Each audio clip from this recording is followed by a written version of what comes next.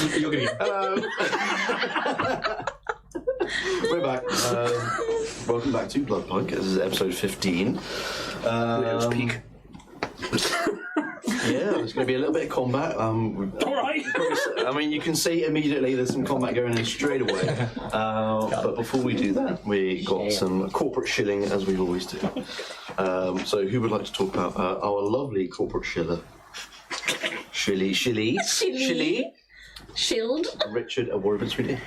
Richard, he has a printer with which he prints high quality miniatures, cosplay items, terrain, figurines and more. You can find him at www.warriorprince3d.etsy.com, or you can use our permanent and exclusive code to the stars to get 15% off of your order. And if you whack 20 quid's worth of stuff into your basket, you can also get a free 3D printed Starfinder badge. So that's a bit sexy. Go do that. Absolutely. Yes. Yeah, please check Warrior 3D out, because he just is amazing. He's an amazing bloke, and he does amazing things. So if you want your minis and terrain, go there. And to the other show supporters, we've got Roll and Play Press, of course.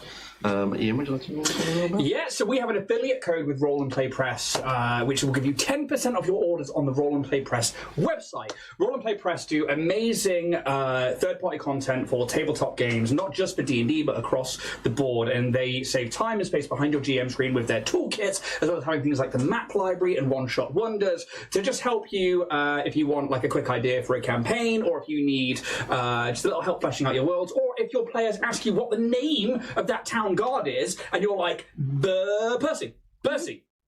You know, it's great for one of those moments. So please go check out rollandplaypress.com. Use the code DRAGONBORN10 to let them know that you've come from us. They're also going to be at UK Games Expo this weekend. I actually can't remember the name of the number of their store, but I can tell you it's just around the corner from Midnight Tower, whose stall we're featuring on. So Hall 4. Stand T30, and just around the corner is Roll and Play Press, but also go check out our friends Midnight Tower. Indeed. And well, we will be there as well, UK Games Expo, so if you happen to be there, you'll notice us because we'll be wearing hoodies with DRAGONBORN Industries. We will be fully branded in the DRAGONBORN Industries line, but yeah, if you see us... fully nude. Yeah. So if you do happen to see us, do come and say hi, because we're friendly. Dude, that was like said in the previous man way. Like, we're friendly. We're friendly. Yeah, we're going to be there in force. We're going as punters. We are featuring on that stand, obviously, like Midnight Tower. But obviously, if you see Steph around, if you see Jack around, you see myself, Tams and James. Unfortunately, Siobhan and Alex. So you were there on Saturday. Yeah. What is she? No hoodie now. Just yeah, I mean, honestly, respect. like I've done nothing but forget you today. And I genuinely feel bad because I was like, oh, I really enjoy our friendship and I really want to do this, but also I forgot you completely. So if you see Siobhan, say that you haven't forgotten her, and remember that a ginger is not just for Christmas. That's an 18-year commitment. Minimum. On the other hand, if you're watching on Twitch and you have Amazon Prime, you can subscribe to us on Twitch for free using your free Prime subscription. Just make sure you click that little tick next to Prime only and it will subscribe you to our channel if you so wish, but it helps show that you want to support us and you like the channel, and it just helps us in the long run. So please try and do that if you can. If you don't want to, don't. That's fine. Also, you know, if you want other channels to subscribe to, do that as well. But if you also want something physical for your money, we also have some merch at DRAGONBORNIndustries.com, where you can find t-shirts such as this and over there, and also the little mugs that we have. And then there's various other things, so please go check it out at DRAGONBORNIndustries.com for your lovely little merch. Is there anything else that I'm missing? On YouTube at the moment, because we've gone past that 1,000 subscribers, we have started our 1,000 subscriber giveaway.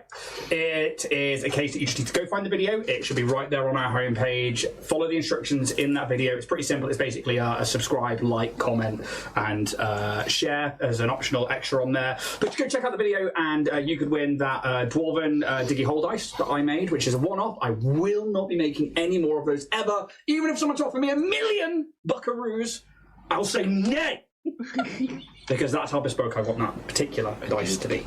As well as a unique potion set, which is unlike the other ones that we have on our website. This is unique, slightly larger bottles that we are using. It's a one-off again. And Richard from Warrior Prince 3D, who has a printer, he is also providing a Dwarven sci-fi cross-fantasy dice tower, which it's so perfect for our channel. It's unreal for like the dice and Starfinder and stuff like that. There might be more prizes coming in the next few weeks. We're going to be keeping this going for the entire month. Please go check it out, and yeah, everything's in the video that you need. Cool. Alrighty. Well, if we're all kind of ready then, I suppose we can delve back in. Will Richard be at the... I'm afraid not. Due to unfortunate circumstances of an injury that he sustained, yes, I saw. he will not be coming to Games Expo, which is very unfortunate because I would love to have met him. Yeah. Lovely guy. I haven't seen him before. But, yeah, he does send his apologies, several. He won't be there, but indeed. 'tis the way of the world. 'Tis the way. We do not spring chickens anymore. You've got so Dickensian recently. I don't know what's happening. It's not even a character. I just literally fall it's into just- it. And when? Your vernacular has just gone like... I think I'm nervous because this weekend's coming up, Yeah. so like the masting's coming in. Yeah, Charles Dickens is coming out. I'd rather Charles Dickens than just the dick side of me. Yeah, we'll keep him in a box. So I was like, oh my god, you're the DRAGONBORN! Fuck off! Instead it'll be, and behold, I asketh you to fucketh off. Behold the field in which I grow my fucks, and it is barren. Yes. Continue. I will. Let's put a bit of music on. Ambiance. Ambiance. So, last time, you all found yourselves in a bit of a shootout on the train, leaving Kanrath not long before you entered the Grot Mountains, which is kind of like the halfway point between Kanrath and Cyherested, which is where you think you were ended up going, because you were following a blood mist which was hovering above this train in the first place, which is why you took it. But, as I said, the train is attacked, and it was attacked by a group known as the Golden Bullet, which you now know to be an organisation that specifically tries to take out the nobility of the vampires, as it's quite common knowledge that nobles can only be sort of hurt by gold, and whilst non-noble vampires can be hurt by silver. So, hence the name. But their attack on the train is foiled by yourselves and other guards upon the train, and manage to take a few out. But you take out the ones that sort of entered your car. They were sort of shooting through the windows, and there was a sniper from a very long distance. Noises coming through. The only thing at the end of Buffy, it was like, But you make your way through the cars, heading towards the front, where you know where the noble vampire sort of car is. That's getting wild. As fucking What's time that like? Alien. yeah. When you first they put down on the planet. Yeah. Anyway, sorry. That was getting too wild. God, I'm watching film right now. Let's go watch it. Let's fuck this off. No. We should probably play it at some point, to be honest. You entered this noble car, and you know that there was a lady there called Lady Eliza Ledeny. Nice. I really wanted to say that name. Eliza Ledeny. Yes. And you knew that this lady had 4 knightly bodyguards with her, and you entered this car noticing that 3 of them were slaughtered. One of them still sort of just about alive, as well as the lady, as well as another figure that you'd also, I think Kitty had met briefly. Not managing to make much conversation at the time, but you recognise them, and they do help you out in finishing off these noble vampires. And you all experienced sort of a whisper from the founder, which you've experienced many times before, telling you to kill Lady Liza Lepony and to feast upon her heart. And you do so. But only two of you, I believe Marcus and Fear, were the only ones to feed and feast upon Didn't you? that Straight in heart. there. Oh yeah, with my no mouth. Just smash it. Motorboat in the heart. That's why one of them smooth. That's such an in-joke. But you, Marcus and Fear, both got a bit of an ability because of your feasting upon this heart. One that the lady Daddy's was boys. given herself because that she had been gifted these powers by some unknown means. You don't know how, but those abilities are now yours. Your next step along the process was trying to fix the train because there were a lot of explosives going on. And you make your way even further towards the front, and you can see that the primary engine for this entire train is basically on fire. It's combusting, it's overheating, and you can see there's one dwarf there just trying to fix anything that he can possibly can. And you try and help him try and fix the brakes, just trying to stop the train, stop it from crashing. Gave him a hand. Indeed. Literally. Quite literally, with Marionette's arm trying to sort of be the replacement for the axle. It unfortunately did not quite go so well. So the backup plan was enacted, where you cleverly got everyone towards the back to try and get all the weight down the end and try and sort of keep everyone contained. And it lessened the impact somewhat, but inevitably the train did crash.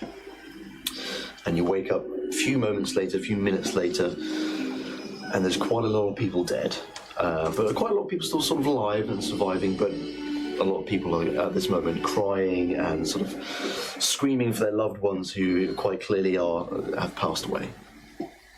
Until eventually you decide that you have to walk the rest of the way to the next station, which you know to be the first metro station. And it takes you a couple of hours to do so, and you get there wearied and bloodied, but you are given a place to rest. And they have quite clearly heard and seen the crash of this train, and they offer you refuge and rest. And you do so, you take them up on that. The next morning, after having some well-needed long rest, you manage to have a little bit of a conversation between the mountain guards, which are the only sort of security in this place. They have these like gas masks on, mining helmets, and they're wielding pickaxes, all the gear, and you try and sort of find out a little bit more about what's going on and why these sort of things are happening, and they don't really have any answers for you. And there is no backup transport coming, and you know that much. It's not long after this conversation that you start to hear primal sounds coming from a nearby tunnel, where you can see the railroad would have gone, where you would have gone towards Cyherested, and emerging from this tunnel, a swarm of these pale, gaunt creatures. Ooh, daywalkers. They have a soul, surely. Something in there. Very rapidly, just kind of like on all fours, just bound towards you, and that's where Gingers do. do they? Oh yeah, Hungry breed. it's famous for it. But they bound straight for the station, and they start attacking anyone that they can see, and that is where we are now in combat. You have slaughtered a few of them already. Yeah. This map is only sort of containment of one small part. There are other mountain guards to your left and right fighting their own sort of battles, but this is the one you're kind of involved in at the moment. So we will jump back in. I believe we were at the top of the round. Let me just get back on here. Maybe I should remember the initiative. I think I've still got it. Good. I was going to bring the Blackstone in as well. That one's doing a samba. I just think Fear's fallen off the back of the building. No, he's prone, isn't he? I don't remember. He is prone. I'm not going to lie, I didn't listen back to this one. I've been a little busy this week and I feel really bad. That's good. It happens. It's fine. No, I feel really bad. We're at the top of the round, and it's you, I've written down here oppressed weapon, Yes. which I believe is your ability. Yeah, so everyone has Weapon of the Oppressed. Indeed. So you get an extra something. Apart from An hitting. extra D4 thunder damage. Yes. Fear, you are currently prone, because I believe you fell off the roof. Awesome. There you go.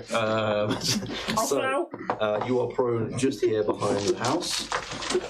It is your turn. What would you like to do? I would like to. Get up. For half my movement, I will stand the up. Stand in Stand the place the where up. you live. Indeed. Where 15 foot get me going up that building with spider climb? Oh, hell. About 15 I'd say you can get back on it for sure. Yeah? Yeah. Is that blue tagging? Oh, fuck. There we go. That'll do. Lovely balance. Lovely. Half movement, and then the rest of the movements get up to there with a I'll leave regular. that fine. He will then. He positions himself as he like crawls back up, and like he will basically be just like bringing himself over the top, hopefully with a bonus action to hide. Okay, yeah, that's fine. I'll say you can do that. That is a 22 on the stealth. You suddenly think you're hidden. And then he's going to. Which one is anyone like really bearing down on someone right now? You can see this one here is trying to attack the mountain guard. Yeah. And you can see one is just sort of about to climb up towards Marcus. He'll shoot the one going to Marcus. Okay. Hopefully this is with advantage because hidden. Yes. Okay. The Bloodwork sniper rifle is still kind of like. It's been out since the start of the fight, but obviously we saw it like jump forwards with that blood teleportation almost. It was part of like the boon that he got. And it's still almost like blood is coalescing around that blood cartridge and around the scope. And yeah, he stills himself. Okay. I mean, that's a 19 on the dice plus. Yeah, that is. For sure. Yeah, so that's a 27 to hit. This is with sneak attack as well, which is level 5. It's 3d6, I believe. Then. Right, and I get a d4 for thunder damage, and we're rolling 2d8 on the regular snipes. Okay. That's a tasty amount of damage, isn't it? Just this one. These four are prone, but they're not dead. They're asleep. They're asleep. Awesome. So the one climbing up to Marcus is not asleep, yeah? Yep. Okay, cool. Okay, regular damage is 4, 5, 6, 7, 8, 9, 10, 11, 12 piercing, 1 thunder, plus another 4, 5, 6, 7 on the sneak attack. Okay. You absolutely slaughter that one. As you can see, it's just about to scramble up the remains of the train, like a car that had just kind of broken off from the rest, and your shot is just perfect. I like to imagine it's like Castlevania when like one of the demons gets its head taken off, and like the bottom half of the jaw is left, and the shot just takes the rest of the head clean off, so it like hangs like nearly headless Nick, and it's like, and the tongue just like flaps a little bit, and then the blood spurt goes. Nice. That seems like delay. Just go, as he gets another shot ready. Yeah, Marcus, you were just about like getting ready for this one to come up to you. Splatter with blood. Is it this little guy that's gone? Yes, please. You can knock him over.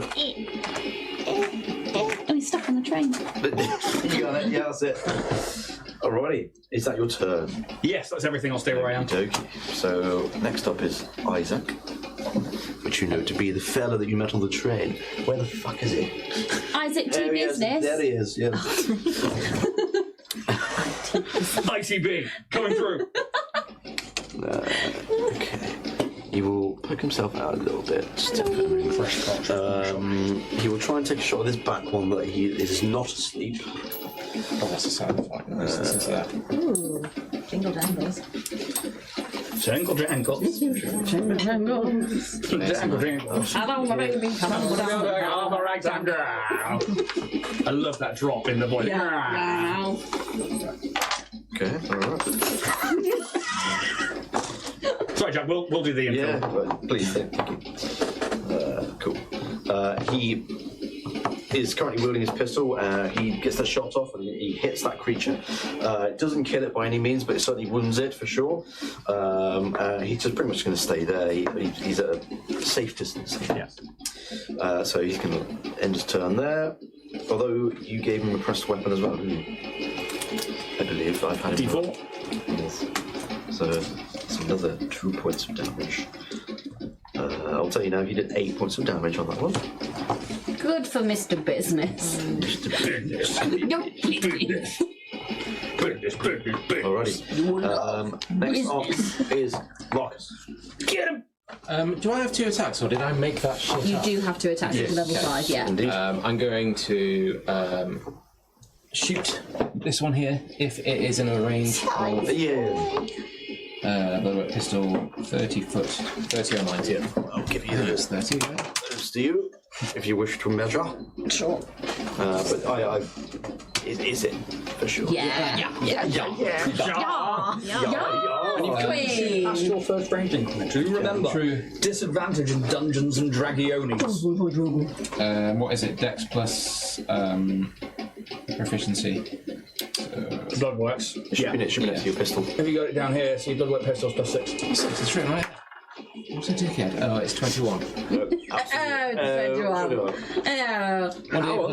Plus 4, another 4 for the oppressor. Yeah. D4. That's a So D4. a D4, so 1d8 plus a D4. That's a D4. Put that there. D8 and another D4. This makes me think of Damage. George of the Jungle, this music. You said 3 rounds. Yeah, and it just keeps coming you're back. right, yeah, I just keep thinking of Hot Brendan Fraser Yeah, I all mean, the time. 9 damage you roll. 9 damage. Yeah. And listening. You slaughter that one. As it's already been shot by Isaac. You take another shot and it just... Yeah, it takes like a chunk of flesh out of them. Yeah. And they just kind of struggle at it and kind of like curl up into a ball and they just kind of Like still kind of like shaking on the floor. Like, still trying to reach me, but like swimming apparently. So Just keep swimming. this one. Yeah, knock them over dead. He did. Knock him over dead. Are there any more I can't see on this side? Nope, that's all clear. So the only ones we've got at the minute that are alive are the 4 that are currently... I'm going to use my movement to jump down, which I think is about 15 foot to get down, maybe? Would you say so? sir? I'd say probably only about 10 foot actually. 10 foot, actually. What ho? What I'm going to move. I'm just going to fire my pistol. Keep firing. Yeah, just that's keep firing. Just keep firing. Yeah, you're in range of that one for sure. Take your shot. Second shot. Oh, that's not as good. What is it's it? a 10. Oh. Goes a bit wide. Maybe I smash the window. Oh. Maybe I Yeah. put a hole in the window. Dick. Maybe you just don't land your jump quite well and you have like a little bit I landed just fine. Yeah, maybe. Your shot goes wide and you probably like smash a window pane out or something. And is there anything else you've got to do on the time? Can I use the rest of my movement to just get into the fray? So you got another 10 foot of movement. 10 foot. Let's say maybe. So I'll do it for you. Cheers, pal. So we just about there. Alright. At the ready. That is you. My duties to the law. It would be the Madbloods' turn. Madblood. My blood. Devil loses. So the ones that are asleep, do they make any sort of saving throws? They're just asleep until Like they like get a hit. minute or something? Yeah. Yeah, sleep's such a They're good spell. just asleep You have to until be yeah. These are Woken small up. creatures, Yeah. sure. But there is one still alive and awake. Best thing Strong can do. Sleep. Yeah. Take the melee classes right out. Spellcaster, are you? Charm. Not anymore. Dominate person. Chaos. Dirky, they're going to try and hit you, Marcus. They meet you in the middle as you're trying to come to them. They come to you. Let's consider it. And that is 21 to hit. Yes. Beautiful.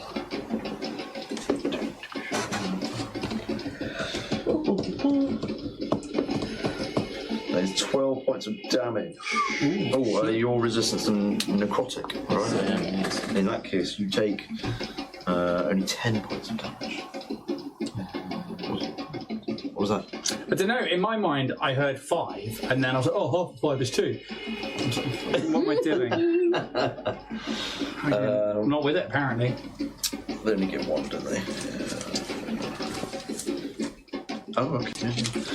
Your hit point maximum reduces by 2, and they regain a hit point.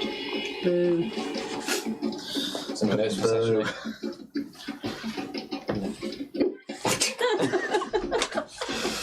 I love that you try. 14. Isaac. That's all of it.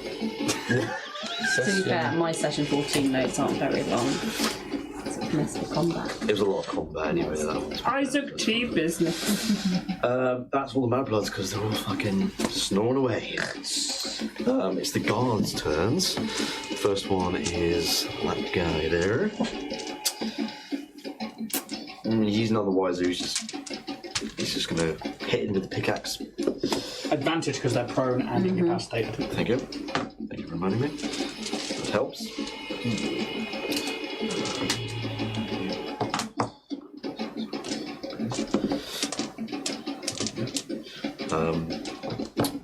Okay.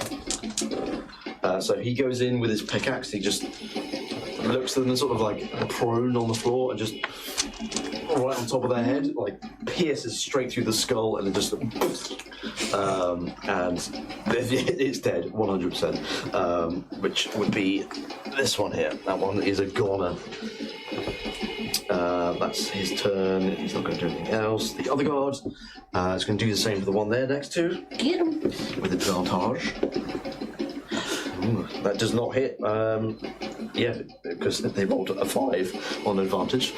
Why is we should have let these guys die. Yeah, we should have just stayed in the house. I said it. Yeah, we're all in for Jack's it. like, "Oh, you've got to help us." Jack guilted us into coming to help the innocent. He railroaded into into being heroes.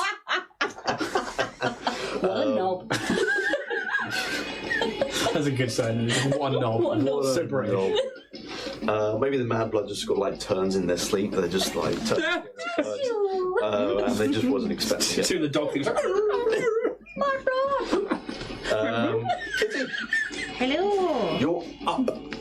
I'm going to magic missile at second level, so I have 4 darts. Indeed, you do. So how many are still? Are these 3 still So sleeping? 3 sleepy ones awake. 3 sleep, yeah, 1 awake. I'm just going to hit a dart at each.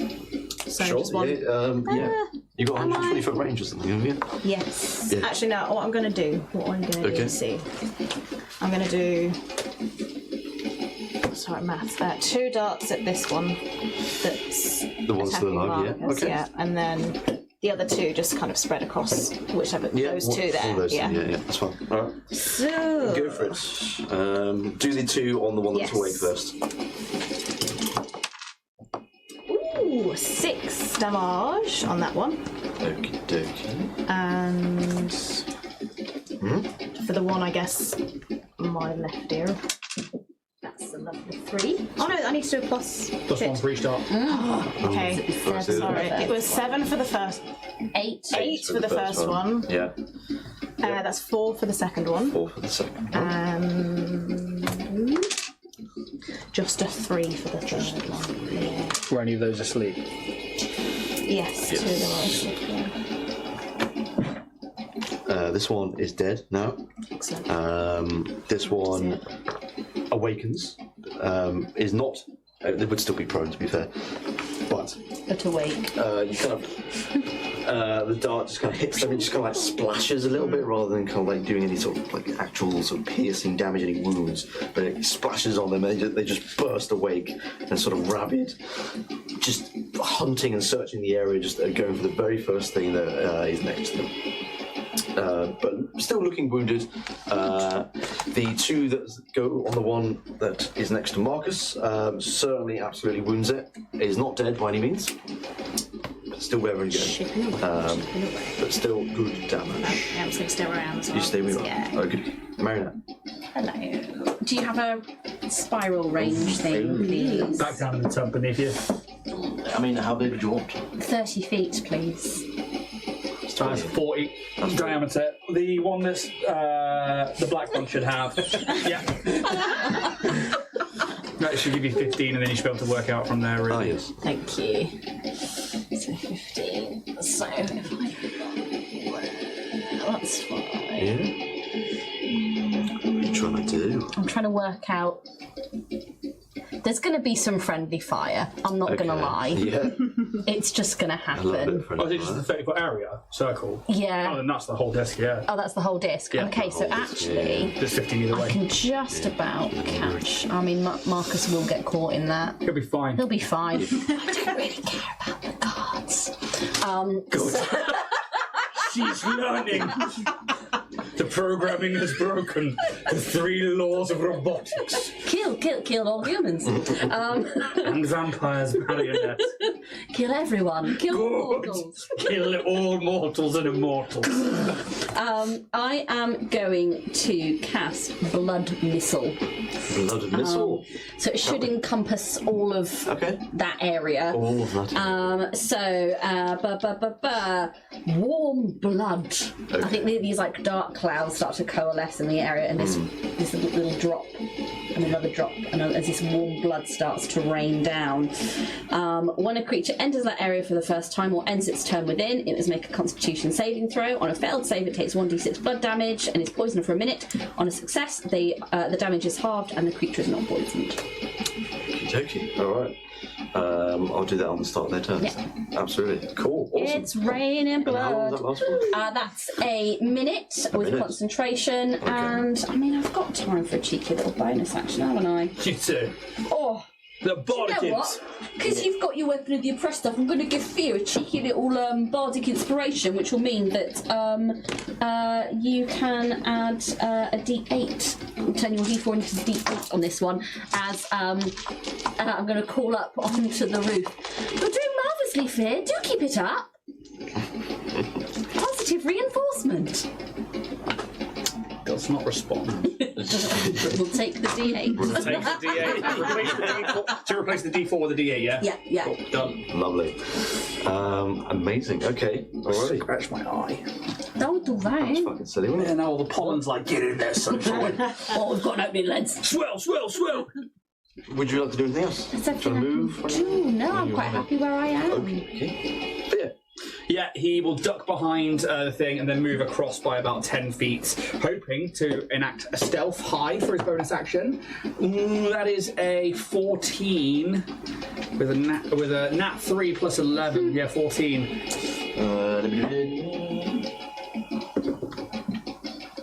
You think you're hidden? Okay.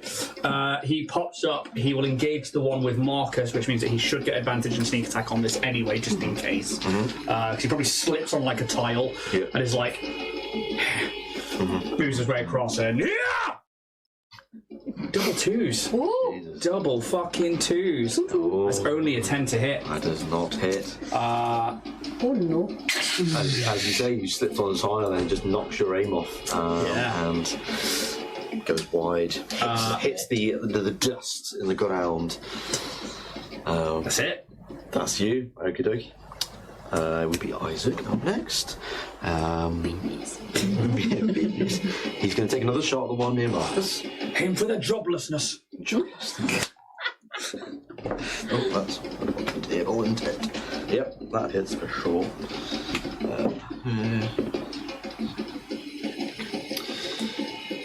I feel like this music, you're getting lowered into a lava pit in a cage like in Indiana Jones, and it's like you're about to get sacrificed. Gotta find your way out. Do you know, it's giving me Time Splitters vibes. Oh my god, do you remember that night we played Time Splitters feature perfect? Fondly. Oh my god, that was such a good night. Yeah. We should do that again. Guess we fucking should. Yeah, get the PS2 out and just be boys. Just be lads. Just be Cortez for an evening. Oh my god, yeah. It's time to split. I'm ready. Yeah. That was a great game. Isaac shoots his pistol once more, and Marcus, you're about to go into sort of melee combat with this one of these Madbloods, and again the same sort of thing happens. The bullet comes through, another one's taken out before you. I got it, John. As they fall, dead, bleeding out on the ground. That's him done. Marcus, you're up. Is there any left? Yeah, so I believe these three... These prone two. ones? These two here. I will move up to this one here, if you wouldn't mind. You can do that. And I'm just going to bring the sword down, like, point down. Yeah, you have advantage on your attack with your sword. Does the weapon of the oppressed, is that one use or is it still there? No, still going. Still good. Sweet. Do you get that as well as concentrating on this new blood rain? It's weapon of the press isn't concentration. That's amazing. Yeah. 21. That's what you It's a hit. absolutely hits. Only good thing I have. It's great. It is great. That can't be true. No, it's not. As a bard, giving people extra damage. Yeah, exactly. Buff, buff, buff, baby. It's like College of Valor, I think, does that, doesn't it? yeah. Wow, it's really good. Losing I like College of Valor. What's that? That looks like a D4 right there, Bill. 7, 12. So, Just that then. Did you roll with advantage to see if you get the crit? Yeah, I got 21. you don't need it. You absolutely slaughter this one, and you just impale your sword through the torso of this Madblood, and just the helpless And creature. then I just give it a twist, like an agonising twist. It goes with the sword. Yeah, It's like a dust angel. You crush the sort of frail bones of this creature with the twist of your sword, absolutely slaughtering that one from existence. Awesome. Would you like to do anything else on your turn? Where's the other one? So you killed that one. This one is the only one that's sort of I will move up to it. up to it. Yeah. All right. And I will just... Ready for your... Oh, you haven't even done your second attack? Yeah. I'm just going to, like, pistol out, aim straight down at the head. Just like... Yeah, I mean, again, roll with advantage is almost impossible to hit. That is a 22. That is a 24. 24. Yeah. Yeah, 24. 100% hit. You can roll damage dice if you want. You don't. Yeah, go I on. want to. Go on. Let's see what you do. Let's see how gruesome this shot is. 14. 14. Yeah. You blast the skull away from this Madblood. Just again, it's just this burst of blood. Just It's almost like you see the head enlarge ever so slightly before it just gives away. just gives way. Yeah. Again, you take this one out in their helpless, sleepy form. Oh, you know, I've seen a really cranky before. Today's a new day. I'm going to try. I don't feel like a mad blood anymore. I feel like a good blood. And your sort of little area here sort of goes quiet, and you kind of take a moment, take a breath, and you're like, right, what else is going on? And you can see that other mountain guards are just about sort of finishing off their fight. You can see quite a lot of people have died. So, like, some of these survivors that were from the train crash have been slaughtered outright from these Madbloods. They were totally and utterly helpless against it. The mountain guards have done the best they can. They've lost a few of their own, and there's not many of them as there is. But yeah, you as a collective have managed to quell these Madbloods. What would you like to do from here? I'll just move my blood cloud out of the way. Excuse me. I think raining blood is something that's only happened twice in the history of Kanrath.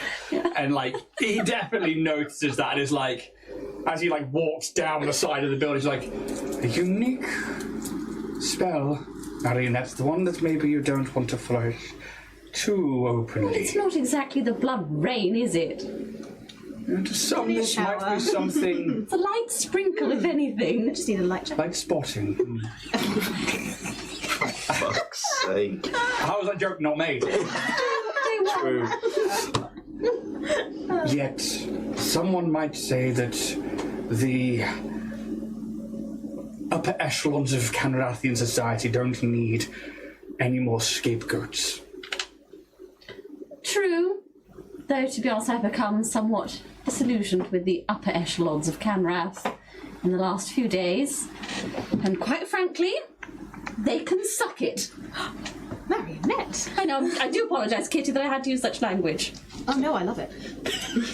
Vic, can you make me a perception check, please? That's a I think natural we can one. say that That's word. a natural one. I mean, I can give you the total. It's like a 3. Cool. 4 total. Okay. I will say. No, he wouldn't say anything. He just smiles at what you say. Like, it's a faint smile. It's not like a...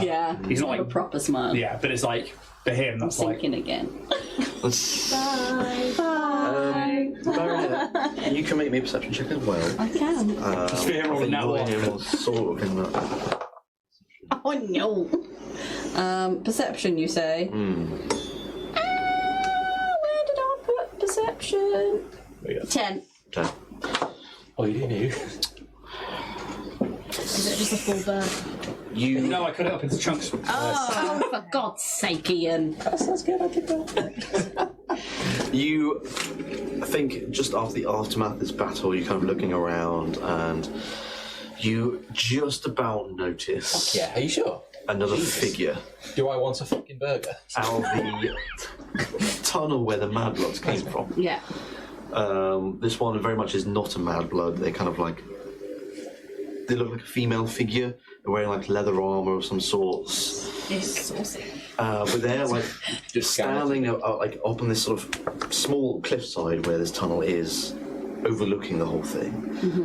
And as soon as your fight is finished, they sort of turn around and walk back into the cave. I will say you can also see they're holding like a round metal shield. Okay. Just a little something that you notice. But yeah. Can I collar one of the mountain guards? Yeah, absolutely, yeah. They're nearby for sure. What lies down that way? As in, like... You're talking about the Madblood tunnel? Yeah, the in the direction of... like, where would they have come from, sort of thing? Well, it's quite an expansive cave system. I mean, you can see the railroad. It goes right to Cyherested. It takes quite a while even on the train, but there are multiple caverns and stuff that go off to the sides. The Madbloods certainly like to roam around. Have you seen them in these numbers before? No, this is absolutely the biggest attack we've had. We've had a few sort of stragglers come through, but this is more than we've ever experienced. And as you can see from the casualties, we were not prepared. Someone's organising the rabble then. I don't know, organising, you think? Have they been known to attack in packs like this before, or are they more solitary creatures? They attack in packs sometimes, maybe 3 or 4 at a time, but not in this number. I mean, this is unprecedented. Yeah. Scavengers that roam the tunnels because they don't have the worth to be in the city.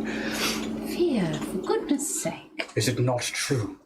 No, you don't know that. Did you speak to them? Did you find out anything about them? No. No, I mean, this we is what couldn't, but- happens when... Like, you explained it to us last time. This is what Yeah, happens when, like... they are essentially vampires who, when they were turned, could not stop feeding on blood. And over time, it just sent them into this evolving state where they end up in these pale, gaunt figures, and they become just creatures at the end of the day. Could quite easily have happened to you or Marcus. It could have done, but it didn't. And the point is... So he finished the last bit. Oh, he's been saving. Oh, it's got lint on it. Pocket hot. This is what happens when vampires become animalistic, more like the nobles or the lessers that you see within the city. This is why they are outside and why they stick to the tunnels where there is no sunlight. I wouldn't say that maybe those in the city are much better than those in the tunnels, to be honest. I would agree. Well, I did see a lady in the tunnels with the shield and armour, and she looked to be looking down upon things, so potentially someone's had a hand in this, and if we are to continue in the tunnels, I suppose we should be on our guard a little. Here. Did you recognise her? Did I recognise the lady? I'm not going to let you roll, like, No. you've No. never seen this one. A vanished around the tunnel? stranger, indeed. I'd say at this point you can see Isaac is again talking with the mountain guards, and you overhear him sort of talk about we need to get to better safety. This place is clearly not safe. And you hear mentions of a place called Meredel. How do you spell Meredel? Meredel. Meredel. But he's certainly more useful than Ethan Lord. Yes. You can see he's trying to gather up any of the rest of the survivors, some of the mountain guard, any other people that may be even living in this sort of station area. Just being like, right, we've got to go somewhere. Let's get going. Proactive too. Yeah. Shall we help with this effort so we can move on quickly? Yes. Certainly. Off you go then. What do you want me to do? Oh, you can help pick up survivors and get them into an orderly queue in a nice way, without threat of violence. Queue to where? Well, I don't know. If you talk, Ethan, then Mr. Business seems to be in control. Perhaps you could ask him for instructions. Oh no. Give your cat your blood if you do it. No. Shan't.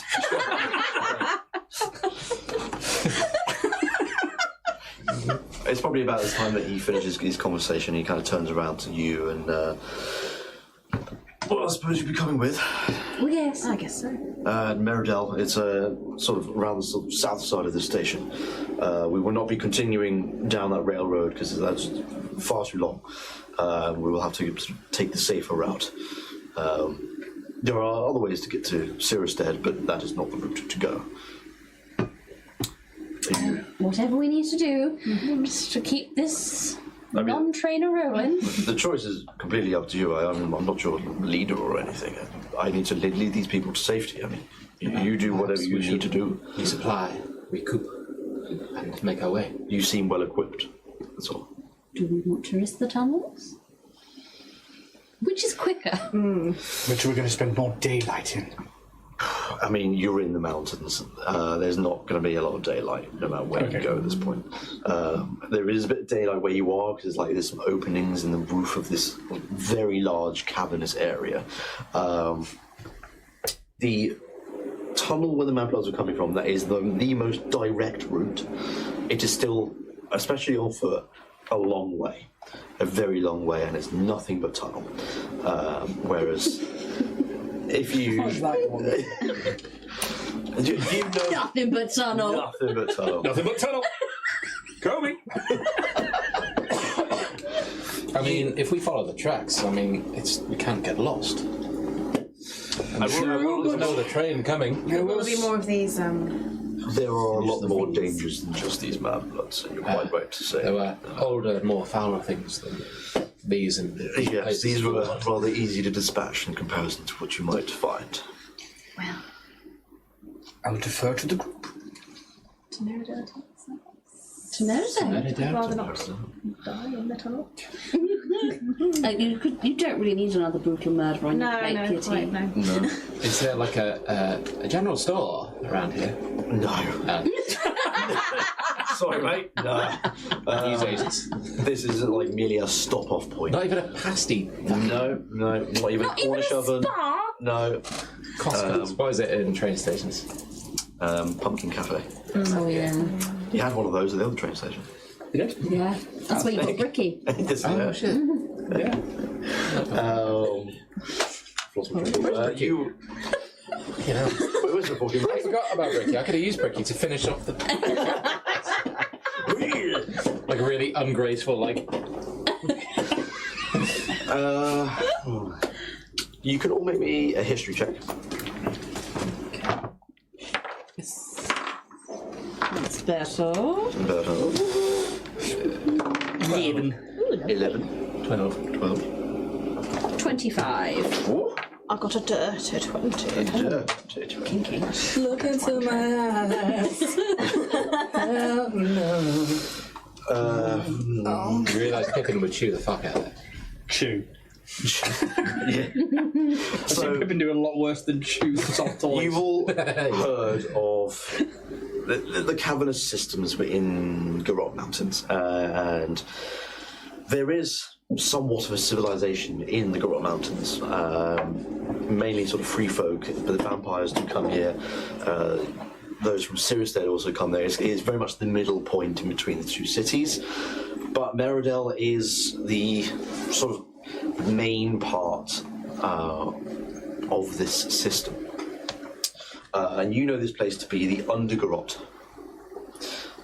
which is the name for the whole entire system, where Meridel is the primary sort of, you could almost call it a city inside the mountain itself.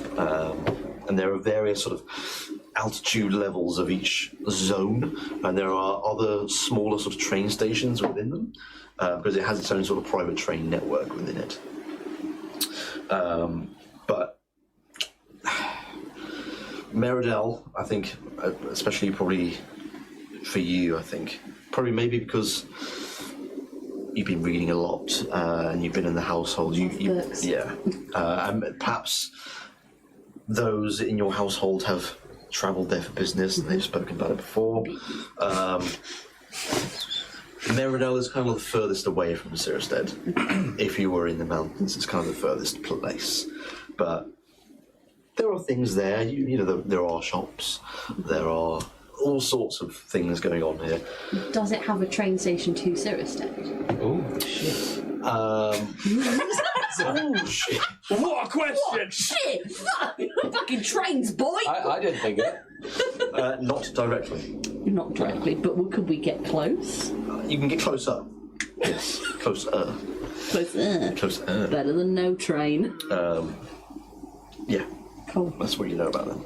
And it comes to a point where Isaac has now sort of gathered everyone up, got everyone to sort of get their gear together, pick up their belongings, and he kind of leads the way through this other sort of very much smaller cavern, cave, tunnel behind the first metro station.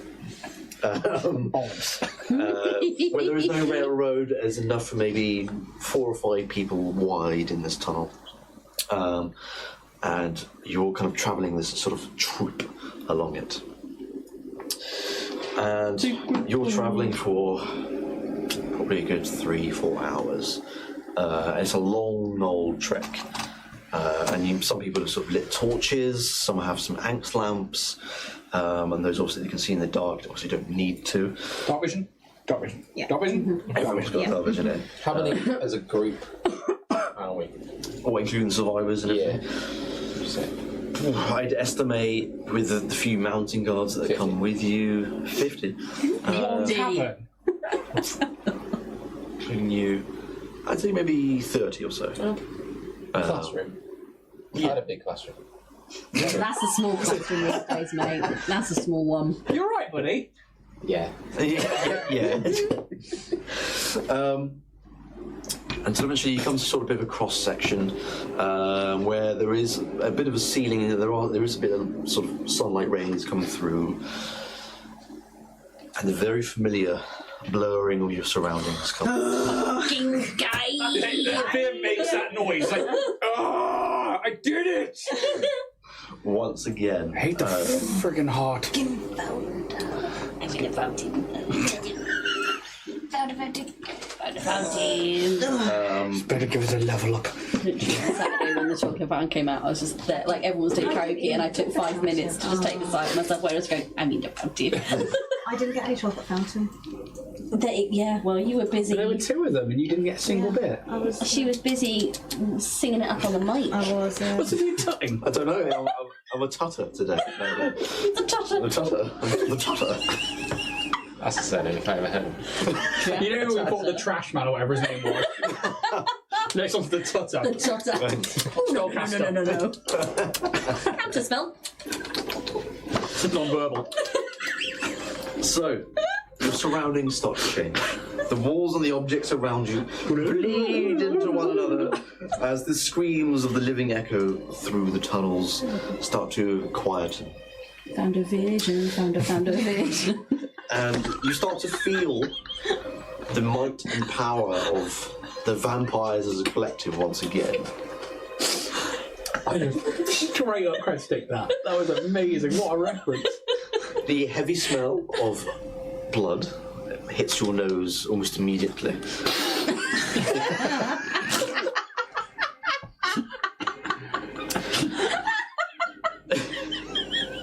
You certainly don't snort. Get a line of O negative. But the mountain itself shifts and changes, becoming a corridor that you've once seen before. And instead of just there being one corridor, it splits into 5. At the end of which you can see figures. You're gonna go, oh, Grievous Wicked! You can't see particular details about these figures, but you can see there's something at the end of each of these tunnels. They're kind of just 1, 2, 3, 4, 5, right in front of you, from left to right. Are we all together? You're all together. And everything has this kind of almost wavy, illusory sort of look to it. Are these figures us in some capacity? If you get closer, you can look. I would like to get closer. Which one would you like to look at? That one. Good answer. I don't know, number 3. Number 3. Door number 3. Just check them. You get a little closer. And you go about maybe 15 foot in, and so there's kind of this weird ambient light that you only sort of get to make use of until you get to a point where they're in that range. There's no actual light source in here. You just seem to have this kind of ring of light around you. Clearly not you. Absolutely. It's hot not golf, you. I'm sorry. You can see. Right, don't. This figure itself, it looks very weird because it's almost like a 2D picture in a 3D plane. But they're like, they're statutory. They're very just static. There's no facial movements. So they're kind of looking just straight at you. And you can see they're holding sort of a marble staff, this kind of like blood orb gem that's hovering in the top of it. Blood orb. But they are wearing this very heavy sort of cloak, very noble, red and gold. And it's like 3 sort of layers of lapels, and this hood kind of comes over and like kind of masks like half their face. And you can see just about under the hood, very gaunt, very old looking male. Never were there. That's what you see Strongest pull now. at the end of number 3. Number 3. I leave it to you. I assume we just wait and let him walk off on his own. Yeah. Nothing happens to you. You get a little closer and you get a little sort of view of this very weird, illusory image. You think? We've got to take a door. Well, there's 4 of us and 5 corridors. Once more, I think we're lucky. And he's like making like a real. Be direct. He's incapable of it. It's unbelievable we're from the same family. I don't think he sees it that way, fair darling. Yes. Well, I guess I'll take door number 1. Of course you do. Door number 1. Yeah. He will just walk up the corridor like. You just just keep going. Yep. Just Okay. get to that. Whatever's at the end of corridor 1. Okay. You see a much smaller sort of figure. They're maybe 3.5 foot high, and you get about 15, 20 foot in. It's all the same distance that Marcus was in number 3. You can see this is certainly a child, maybe sort of. So maybe like 10 years old or so. Again, very noble looking, and they have this very pale skin, like perfectly white hair, and they have this kind of constant furrow to their eyebrows, and they're almost judging you at every single moment. Little bitch. Check him over.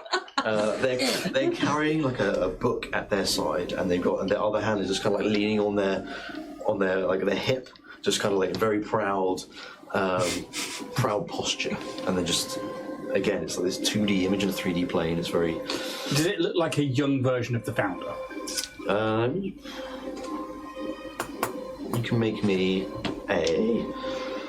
From having seen it. perception check. It's not in the tray. 13.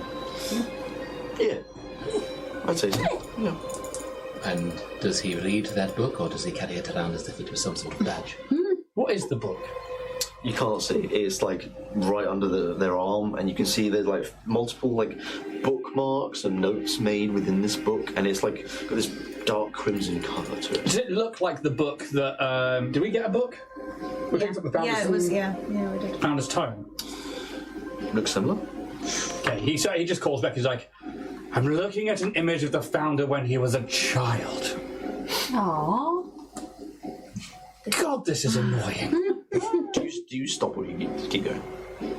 Oh, that's not the end. No. Like about 15-20 foot in is when you can actually make the details out of this figure. Would you like me to get right up to the image and let you know exactly all the details? If you want to. You do you. Go for it. He continues up. Okay. I'm coming, Father. At this point, you're about sort of 20 foot away, and you 5 more feet, another 5 more feet, and your vision starts to blur once more, and all of your vision starts to blur as fear makes its way down this corridor, and you will all experience this blurring vision until again your surroundings change once more, and you are now in an alchemical lab where there are multiple workstations littered around the room, and multiple things are like Bunsen burners sort of cooking it, multiple liquids of all sorts. Water. Water. Say multiple things, then just say one actual. All sorts of colours. Green. I mean, you don't know any of these liquids, but there are green, red, yellow. It's an absolute amalgamation of things in here. And it's truly quite impressive because some of these apparatus is just a very complex mix of this liquid going here and the gas from this one, and all that sort of thing. And you can see now that this childlike figure is kind of in the center of this room where there is a pool of blood in the middle, but it's not like this child is bleeding or something like that. It looks like this pool of blood was purposely placed here, and around it you can see. Imagine that. It's like a little turtle. Get his water wings out. But you can see around this pool of blood is like these small little grooves that end up sort of going towards the centre of this pool, and you can see there. This childish figure is kind of looking through a book and flipping pages, and they turn to you all. I've been trying to cure my disease, but there's something I can't quite figure out. Can you help me, please? What's your disease, little one? Do we look like Is it us? cholera? And in that moment he starts coughing. It's cholera! And blood spurts from his mouth and he pats it away from the handkerchief. Well, TB. I'm not sure what it is, but it's been ailing me for quite some time and I wish to get rid of it. Will you help? And you can see they're about to like pour like a flask of something into one of these grooves. Are we, one, do we look like us? Two, is this like the other visions where we sort of were just acting along, like, where we didn't really have a choice, and every now and again there was like these moments where you had a choice of what to do? Does it feel like you that? have a choice what to do? You're not just kind of like experiencing this thing in front of you. You have choice here. And you are your own bodies. You haven't been changed like in your previous visions. But this child founder kind of points towards various stations and will sort of briefly explain that what he wants you to do if you were willing to help, to do various sort of experiments and such. Will you help me? I don't see why.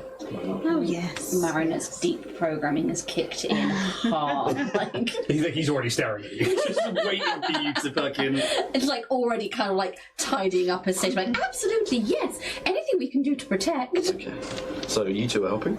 Yes. I think we're all going to help. Tell us where we should go.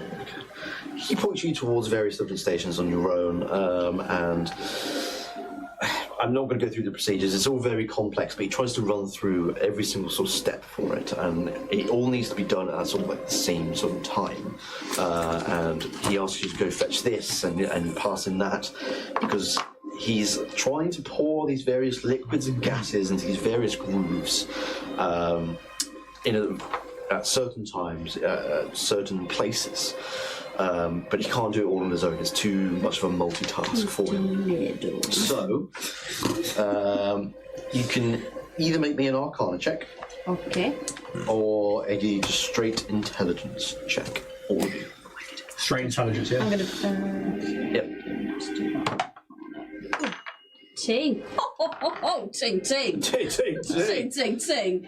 So, natural 20 for 25. Fucking hell. 11 on the intelligence. 7 on Arcana. 14. 14. Okie dokie. So, I think Marinette and Kitty, you certainly help these two out.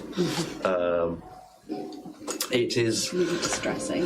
I think Marinette, you're very used to trying to working with the child and kind of understanding how they're sort of explaining things, and you kind of get the hang of it almost straight away. Yeah. And you're seeing these two just not really know what to do. They're going,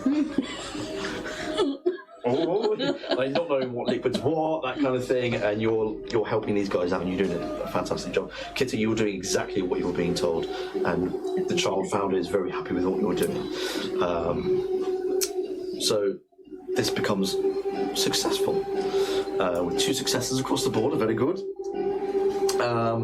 As you can see that blood starts to transform with all these liquids. And it starts to make a portal of some sort, as it's this blood starts to rise and defy gravity, and it starts to form this sort of circular gate, as it were. And you can see through both sides of it, it leads to this world of blood of some sort. It quite literally is that. It's a pure crimson world, a dimension, whatever you want to call it. You've never seen this place. You don't know what it is or where it goes. But this child, this founder, says, I've put my trust in people around me many times, and they've failed to meet my expectations quite often. However, you've surprised me, so I thank you for your efforts. This doesn't look safe. Is there a parent in the home? No, Have you just been left on your own? I'm quite regularly left on my own. That's not very nice. Do you know who we are? I assume you're just here to help. If you're here, you must be here to help. It's very trusting. And who do you think you are? He doesn't mean it like Who a do you think you are? I am who I am, and that's all that matters. What is your name? And he starts to pick up the book as he's made all these notes and bookmarks, and he packs it up, puts it under his arm. I don't think now's the time for that. As they make their way through this gate, Such a prick, even as a child. and the gate sort of shuts behind them, and again your vision blurs once more back into this mountainous sort of corridor where 5 corridors are in front of you, and one of them now is empty. Well, we already know of one advisory individual who created their own vampirism. Yes. Does it appear she followed the founder's work then? It would appear so, wouldn't it? Ooh, Kitty, maybe a perception check quick. Just remembered something. Ooh. That will be a 10. It's enough. It's enough. Average. Yeah, it's average. We roll so trash. We roll so bad. I think for anyone else it would have been a failure, but for you it was just. There's a knife in your back. But I think maybe when you have this sort of brief conversation with this child founder, the eyes of this founder child, very familiar. Kind of the same as yours, Oh god. Like eggs. like amber. Interesting. Anyway, mountainous corridor. 5 corridors ahead of you. The first one is empty now. Did anything happen as I approached the gaunt figure with the staff? I'll say you probably didn't go far enough in. I allowed you to get the details of this figure you saw. Okay. but because fear went further, that's kind of when things happened. So, I guess we do them in order then. You go for number 2. Makes sense. all right, Off you go, Marcus. Yeah, Marcus. take Bricky with you. Swinging. You make your way down. And I will say that at first you see this figure before anything sort of happens, but you see quite a tall fellow, sort of the same sort of height as the one that you saw previously in the third corridor. They're wearing a top hat. I like this one. They're fairly old, but not super elderly or anything. But they're wearing this kind of overcoat over like another coat that's got like these fur-lined insides to it, and they're holding like a cane in front of them with both hands just out in front. Again, it's very pale skin. I think the eyes are probably a little bit more prominent now. I mean, Kitty, you saw it at first, but now you can see there's a bit more of an amber colour to their eyes. Again, you probably know this is still the founder. An older version of it. An older version, yeah. And you make your way further in, and again, your vision blurs once again as your surroundings change. You'll find yourself in an enormous library. And you find yourselves assisting the human founder with carrying some tomes. You can see that this human is visibly ill. Something ails them. Their body's weak and they're constantly coughing, and again... No, look, curing that disease then. Oh, if I was doing critics, that would go. But again, you see them like take out handkerchiefs and they're dabbing at the corner of their mouth, and you can see there's actually like some blood coming out of their nose from time to time, and they're kind of dabbing it away. And he is walking with the help of a cane, which you can see the head of which is carved into the shape of a dragon's head. And you reach a large wooden table placed near these incredibly long bookshelves that just fill to the brim of tomes of old nature, new, modern, all sorts. They turn to you and politely ask, would you be so kind as to place them on the table for me? Because you asked to sort of carry tomes and all that. And you can place them all down if you so wish. And you can see his nose starts to bleed once more, and he has to dab it away. And he starts studying some of these tomes. He's got multiple open at this point. And he sort of says to you, I've been studying hard since my childhood. I've always dreamed of living like other people. Feeling emotions, loving others, watching the stars in search of meaning. Yet my disease's progress is slower than I'd imagined. It does not let me say goodbye to this world. It has given me enough time to experiment, to study and to search for a cure. But not enough time to really solve its mysteries. Is this hope? I don't know. Maybe I should abandon all hope too. Probably, yeah. You know, savage. Do you remember us? I remember you. Good. Quite a few years ago now. I'm afraid things have not progressed as well as I'd hoped. Did you have a nice time through that magic portal? I certainly learned a few things. Did you have a picky tea? How was the food? You have olives while you're there?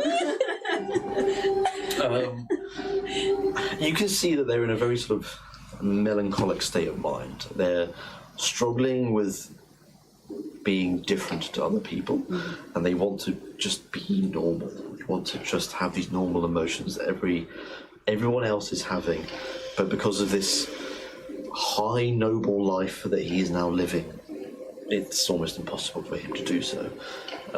And Is the founder just autistic? Because I don't know about you guys, but my SEN report is going, wow, these are clear signals. Has he sat down reading? it sat down, was it? Sat down reading and studying. Yeah. Where's the cane? I just let it up against the table. I'm going to pick it up. You can pick it up. Put it down. And he, like, inspects that dragon head. An interesting effigy. Well, it's the head of the Ouroboros. So it's not a snake, the Ouroboros. And what is the Ouroboros to you? It's kind of a cycle of life, I think. Usually you see it in this sort of figure of 8 pattern. Things go, and things come. It's the way things go. Stop it. I find it. For podcast listeners, Steph is gone. I said the word "come," and there we go. That's what you want a spit take on. Come. I swallowed, dear. Good girl. Wow. So anyway, the cycle of life is fascinating. You've gone slightly pink. Have I? I don't know why. Strange. Strange. I don't know how that happened. So, the cycle of life is fascinating me.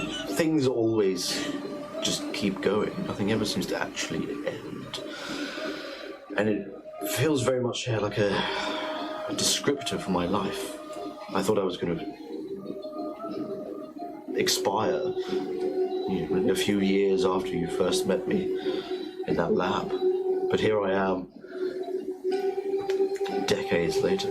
He like places it down so the head is on the book that would be in front of him. And there's me thinking this was probably something, or a metaphor for something you found in that crimson world. I wouldn't say directly, no. It's just something I found through my studies that fascinated me and I thought it was quite apt. Plus, it looks kind of cool too. Dweeb. You heard her. You can see when he's just like, it's kind of cool. He's trying to fit in. He's trying to be normal. Oh, don't make him likeable.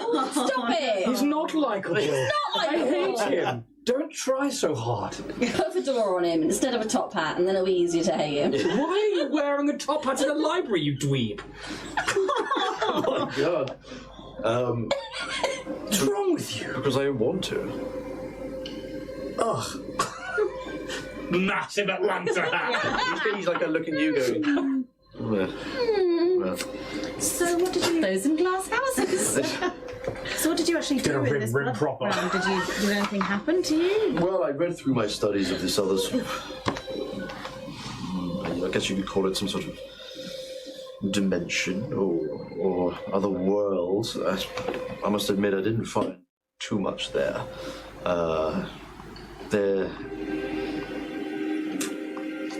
I was trying to find the blood god, and I thought this was the key to finding them. I didn't quite find what I was looking for, but it helped in some way. Are you sure this isn't to do with why you're still here, even just merely being there? I don't think so. I mean, my ailment has been cursing me, but way before I even started trying to experiment. What is your hypothesis on why you are still here when you did not expect to be? Surely you must have some sort of... Jesus Christ, some sort of... He's fucking pulled it out of the bag, isn't he? I love it. You know, that's... Holy shit. He's Those are playing the long chopsticks. game on that one. That was amazing. I mean, using the chopsticks, mate, that's fucking... Oh, hot dogs are a bit slippery. Yeah, it's an attempt to throw you. I was wondering what you had It HP did. sauce. Get out. Yeah, you throw me. Fuck it up. You can see he's as he's talking, he's like trying to smile, but always like at the end of the sentence, he's kind of falling into a little bit of a pit of despair as he's like feeling hopeful, and at the end he kind of retreats back into himself. And he's always trying to make this step forward. It is at this moment that there is a huge flash of blinding light that fills the entire library, and for a moment you have to kind of like shield your eyes And when you regain your sight, a creature of pure sunlight stands before you. And for those that are naturally vampires, it's hard to look at. You're not hurt by it, but seeing it is like you have to sort of squint and kind of move away. Is this an effigy of... Without me saying it? No. Okay.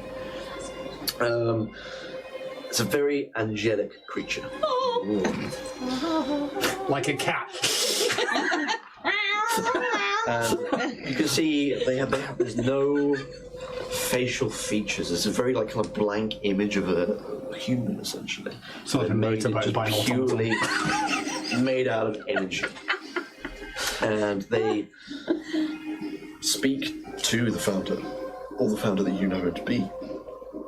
You are too dangerous to be allowed to live.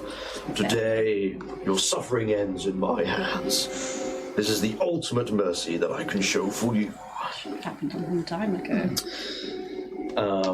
And this founder kind of looks to you for help. What do you... And just to be 100% okay. not an effigy of the sun-worshipping deity of Terlia. No. Okay, cool. I think he would just launch that magical dagger that way. At the angelic creature? Yeah. Okay, alright. If the founder's looking at us for helping that one there. Yeah, sure, yeah. You can see, like, he's kind of stood up from his stool and he's, like, trying to sort of defend himself in a way, but he's a little bit frail, doesn't really have a lot of way about him, and he looks for you for help. Fear goes in for the attack. Does anyone else do anything in this one moment here? I'll probably summon my magical orb of blood. Your magical blood. Blood! It's here. Wait. Okay. Anyone else doing anything? Marcus, put your sausages away. I don't use them, but they are actually meat. Anybody else like that? I'm alright, I've still got fucking burgers I don't think I here. can eat anything that's Still come got out of 'em? the Well, I can't eat on stream, can I? Why? I'll have him breakfast. No, you will eat it now. It's rude. Multitask better, Jack. I know, I'm so sorry. I'm gonna give Kitty a bardic inspiration. Okay. Like, oh no, what a terrible thing to have befallen us. I hope nothing bad happens to the founder, who we love. Bardic inspiration to you, Kitty. Marcus, anything from you, or are you just sort of... I think I will see Fear lunge for whatever this is, and I will physically try and hold him back. You try and hold him back? Yeah. Okay. Trying to throw a dagger at me. By all means, try and stop it. Okay.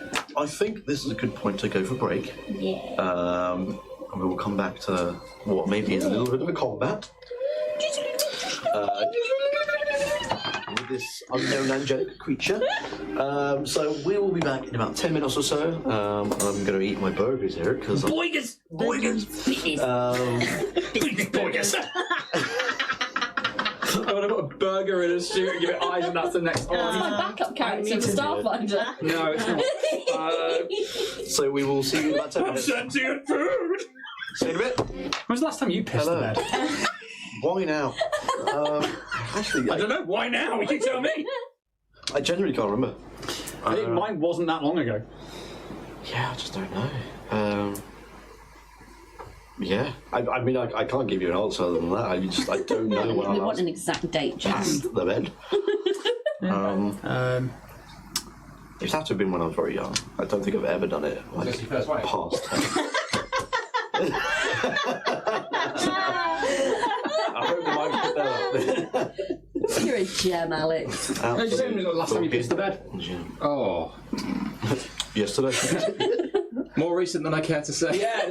So mine was the same. It wasn't a lot. It was like I fucking pissed the bed. Yeah, it's the same thing. It's the same one where you go to the urinal and in your dream, and then you wake up and you're like, what?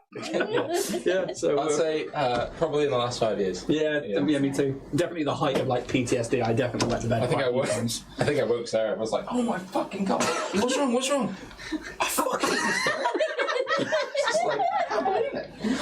Yeah, definitely. I don't know why. I just like it never happened. Probably because that's a good thing. Yeah. I hope. You know? Nobody's regularly it doing seems it. quite a normal thing. I don't know. I had someone else piss my bed. Not Sarah. Okay. It was actually somebody who Sarah met through her job at the time. We got really, really drunk, and then he was like borderline paralytic, and I was like, "You sleep in my bed, I'll sleep on the floor. Don't worry about it, mate. We're fucking live." Yes, we are. Yeah, we are, mate. And yeah, I woke up and he was like, "I'm really sorry, mate. I've had an accident." And I was like, "Oh, so you have?" Straight in the washing machine. Okay. Wow. Oh my god. Damn. I won't ask the ladies. Honestly, That's probably a child. Yeah, I think probably about 10. Yeah. And that was the last time. Because then I was like, never again. This can never, ever happen ever again. Yeah, it's not like I meant to when I did it. I remember it vividly. I wasn't like, you know, I'm really it was a dream one, and I dreamt I was going to Lou, and then I woke up and was like, this can never happen. And so then I got really, really like paranoid about it. I know I did. I was like, 10-year-old was like, this shall never befall me ever again. And so like I have a very set routine now at night. back Very young. when I used to drink heavily, or at all, I definitely swamped a few times. Definitely. And yeah, probably, you know, that's, I think, what, how long have I started drinking now? 5 years? Something, 43 or 4? However long it's been. Like maybe like a year or two before that was a full-on like drunk. Go for it. Fair enough. Yeah. Wow. Shall we get back into the swing? I just feel that we're all a bit closer now. Oh yeah.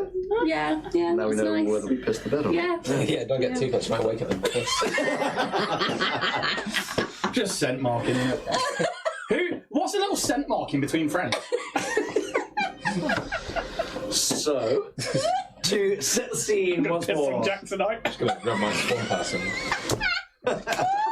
Oh, I was gonna do like a video later of first like gonna do like a Games Expo 2025. Yeah. Like this is just like prepped and ready. We're like just like spending the night together, and then that'll be the next one. Just 4 of us all in bed tucked up Well, together. I thought about it like too late. I was like, we should all have matching pajamas, and then we should like so be lying in bed and be like, "You ready for Games Expo tomorrow?" And then we all get into bed together, and like Yaz can record it, and then I'll piss all over everyone. Something to look forward to. Something to look forward to. Summer showers. I think we're vampires. Yeah. I think we're something. So, setting the scene. Pajamas should be. Serious. We're in a great big fucking library, alright? Library! Fucking laundry. They all fucking books and stuff, isn't there, mate? That was leather bound. Reading. It's this rather We put me fucking bins on. fairly old founder, older looking than you've ever sort of known him to be. Older in his human years than he is in his vampiric prime. Okay. Yeah. Good to know. And he was studying these sort of books, and he's been working for decades of his life to try and find a cure for whatever ails him, and he's unfortunately not been able to solve it. He's progressed further in sort of discoveries, but has never found the actual cure. But in this moment, as you were talking to him, a sort of flash of light happens, and then as you recovered your vision, a angelic being made of pure sunlight sort of appears before you all. And those that are sort of naturally vampires, Marcus and Fear, you have to sort of recoil a bit, and you have to shield your eyes. And they basically tell the founder that your suffering is to end at my hands. And the founder then looks to you for help and assistance. And this is where we are now sort of in combat. There's no map or anything, it's sort of going to be a bit of a theatre of the mind thing here. But you all sort of did things in the very moment that things started to escalate. Fear, you went to go throw a dagger. I did. Marcus, you tried to stop him. So I'm going to treat it a little bit like a grapple check kind of thing. So athletics check from both of you. No. Might be acrobatics. I'll let you do acrobatics just because succumb to the trying to dark avoid You could win this. You say athletics? athletics. Yeah. Ooh, maybe not. 8. Oh dear. Oh, dear. We are in trouble. What did you roll on the dice? 5. 5. Oh. Are you not proficient in athletics? No, he's not. Oh dear. Okay, I win that You one probably then. know my character more than me now. Probably. Okay, so you try to stop him, and he just kind of like Sorry. just worms out of the way, out over sort of your hand. Just comes, dodges to the side. You throw that dagger. You can make me an attack roll, please. With a dagger at range is dirty 20. Oh, smart. 20. That hits. This is a magical dagger. It is a +1, so that technically would have been 21 actually. That's one. That still hits. Yep.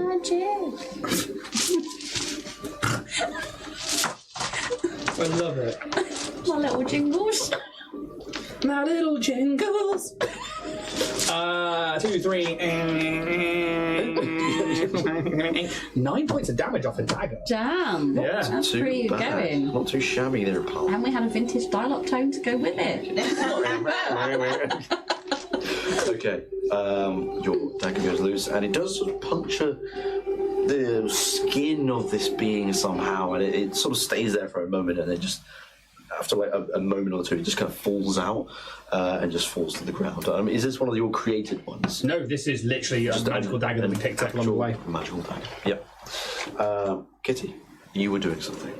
I just conjured my agglutination. So you haven't made an attack or anything, you're just kind of getting ready? I've just got it ready. Yeah, so essentially it's just a bonus action to get it ready, and then I can just eat it. You can make an attack with it now if you wish. Otherwise, we're going to go into initiative. Yeah, no, you know what? I might as well. Fuck it. Okay. Yeah. I've kind of seen Fear making the attack and just kind of just like, oh shit. So what do I do? Roll. Attack roll. Yes. And then you have Bardic Inspiration if you wish to use it. Oh yes, I do. Is that on the roll to hit, or is that To hit. Yeah, I'm not going to use it.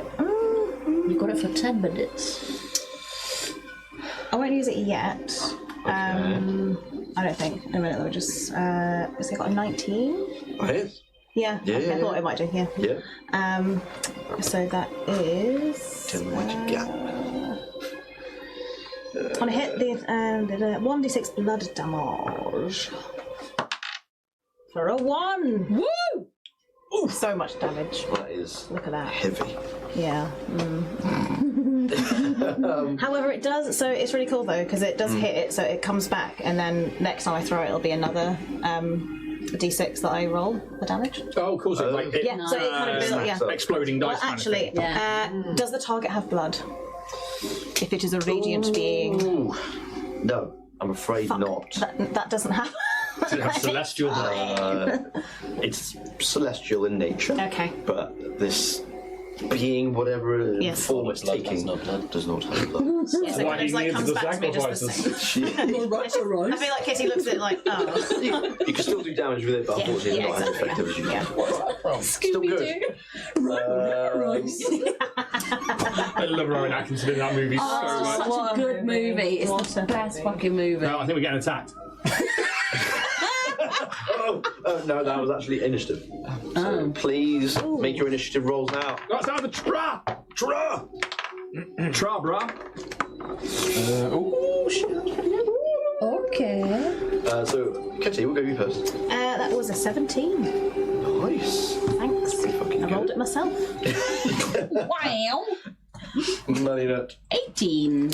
Also nice. Thanks. Drew it myself. Good. And Marcus. 22. 22. Very nice.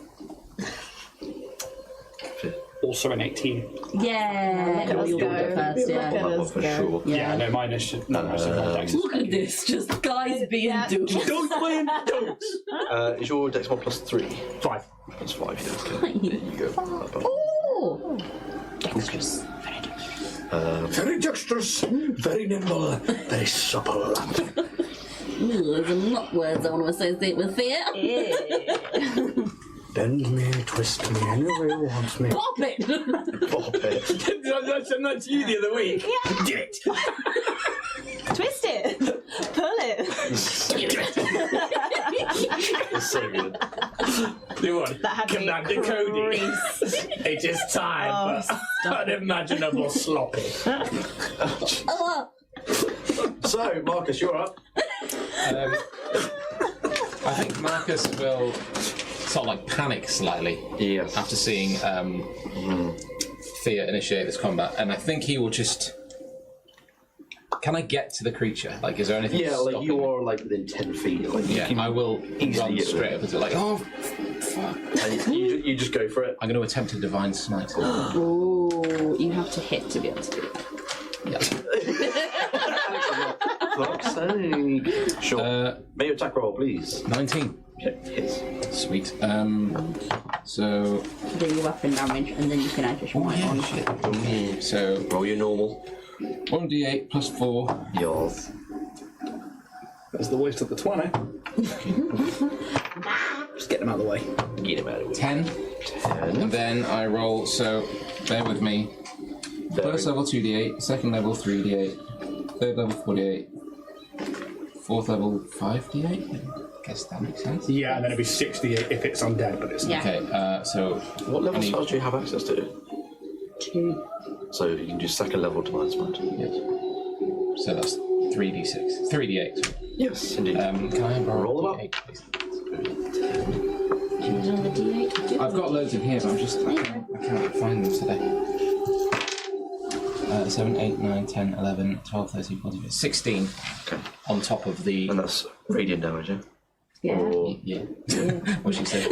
I suppose it depends on if it's the subclass of. Yeah, Talia. I think that one is just your standard radiant. how does it look when you go in for this strike with your sword? It's almost like a sort of like radiant light comes from my sword. It's almost like a bill, like rapidly ebbing. Rapidly ebbing, very nice. Isn't that band? And you go in for the slash, and you hit this creature, and you do damage. The ebbing on your sword gets sucked away as the sword kind of hits Should've this known. creature. Vampire. As the sort of the light itself like draws itself from the guard all the way to the end of the blade, and it just kind of wisps into nothing. As the radiant damage does nothing to this creature. That's my first attack. Second attack. Yeah, maybe I will just go in for.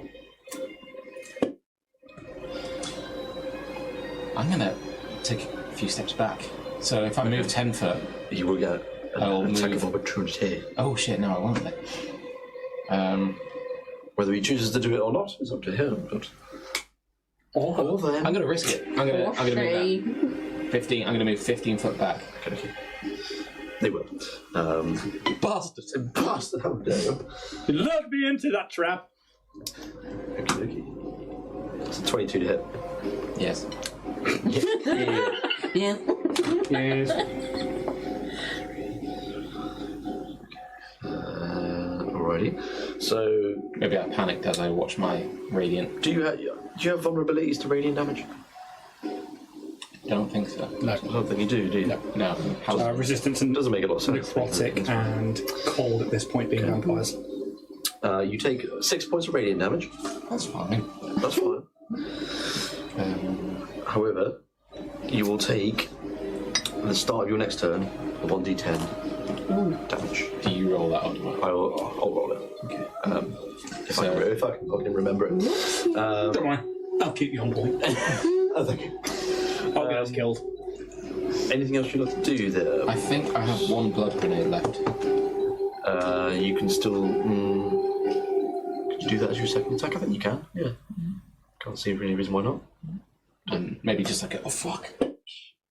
Sure, go for it. You know what? Do it. Yeah. So good. So good. It's all good. Has anyone got the stats for a grenade? Yeah, hang on. No, mate. A bloodwork granada. I don't know why I've not got this written down. I thought maybe I did. Yours was a regular mother flipper, wasn't it? Mother flipper. Yes.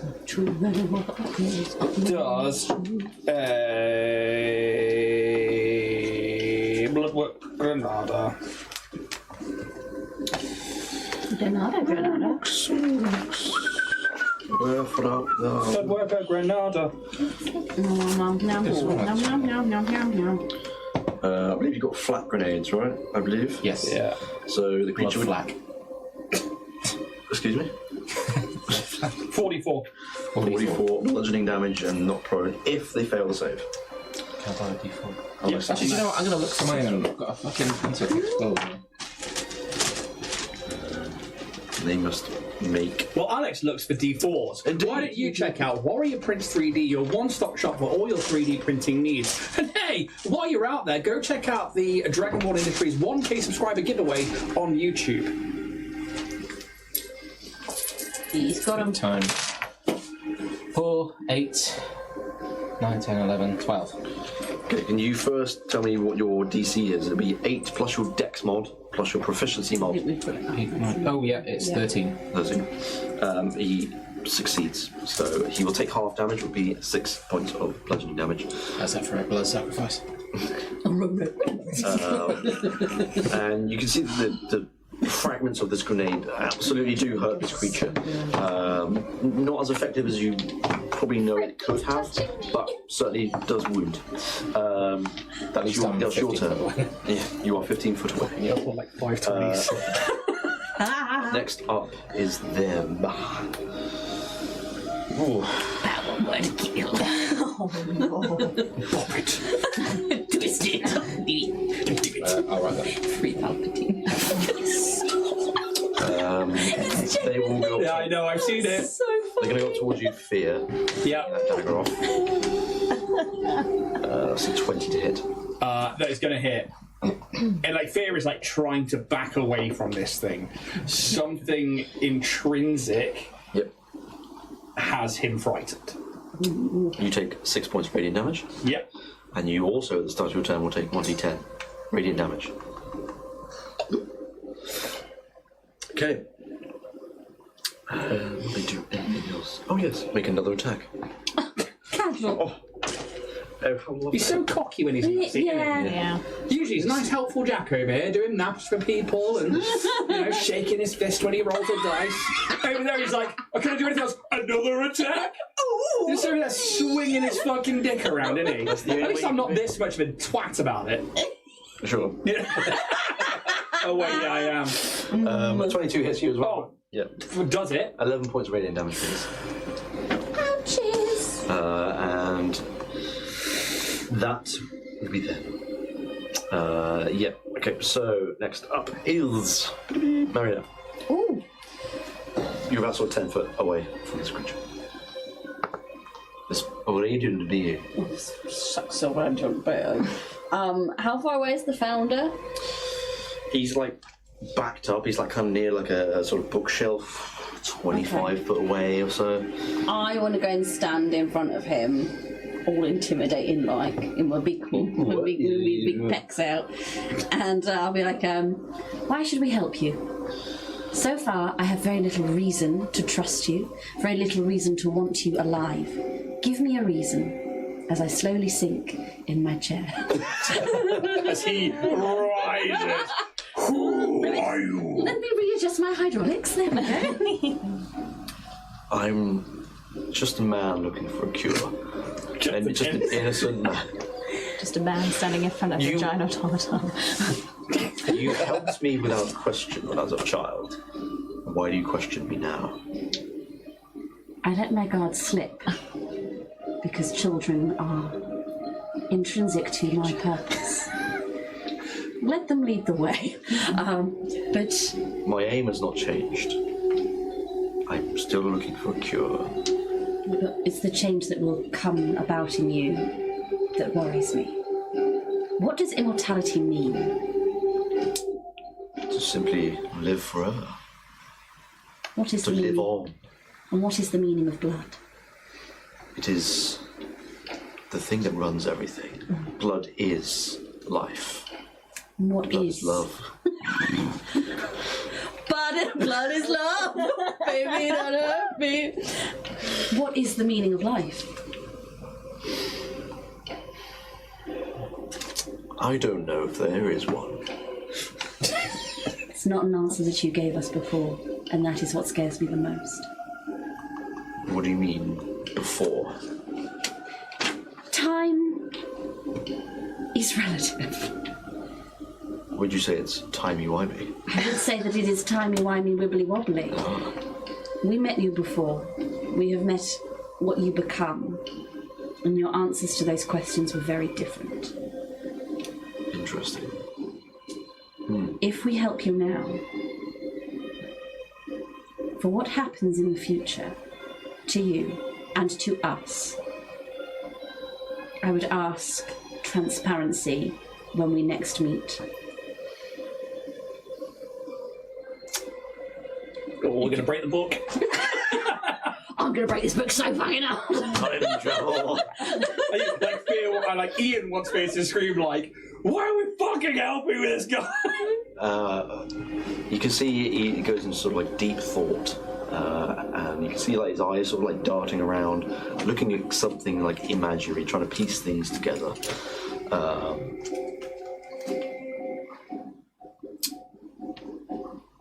I don't know in what way I can promise anything. I haven't read up on time and how that works. You maybe question now whether this itself is real. Is this really happening? Why don't you take the chance? I'll say in this moment that's probably way more than you actually get. Absolutely. But that's what your turn involves. Okay. Yeah. So move on to Kitty. Should have not been me before. Yeah, it should have been. Just fuck off, mate. I take 10 points of damage. Yeah. Yeah, you were right. Yeah. Yeah. So 1d10, which it will be 5 points of radiant damage. He looks bad. It's like burning into him. You're up. And he... Is this a memory or is this a test? And he will just, he brings up the repeater rifle and will just start unloading up into this thing. Yep. I will take the -5. Sharpshooter. I don't have disadvantage being at close range because of my weapon mastery. Indeed. Point blank. Yeah. Do it. Is there anything else that gives me advantage here? Is anybody else engaged with them, or is it is like Marcus on the other side of them? Am I just here? You move 15 foot away. No, it's just you and melee. Straight roll. Melee. Nope. Melee. Repeater rifle. No, it's only a 10 to hit. Sorry, 8. A 10 to hit. A 10 to hit. No. As it just like goes off, he will then disengage as a bonus action. Do you say? And he will, he takes the shot, uses that as like the distraction as he then ducks under it. It's like that red cape moving in that shadowy way. And then he darts across over to where Marionette and the Founder are. I love you. Why are we even keeping them alive if this is just some mere memory? This is exactly the questions I've been asking. And he just goes to put his hand around the throat of the Founder. Okay. You get 2 attacks, don't you? No. You don't? Not worried. You go to do so, and It's we'll flavour. progress there. Yeah, flavor, yeah. Tell me what's your flavour. And you can see, like, the Founder recoils a little bit, tries to pull away as you try and reach for their throat. But we move on to now what will be Kitty's turn. Hello. With your blood globule out. Yeah. My globule, my little clot. Little black pudding. You know, if it's big, you know it's big. If it's bigger than a 50p piece, you should really go and see a gynecologist. It's been like this for quite some time. Did you know? Why are you saving them? Little collection. Little jar, little clot. jar. my God. Like little moss balls, but for clots. Lovely. Just girly things. Wonderful.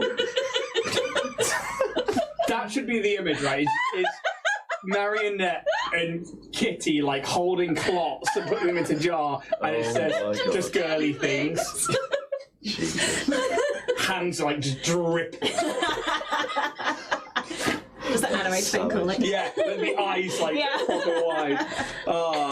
Dave, get on it. speaking of eyes, Yes. that lovely segue. Eyes. I'm going to try.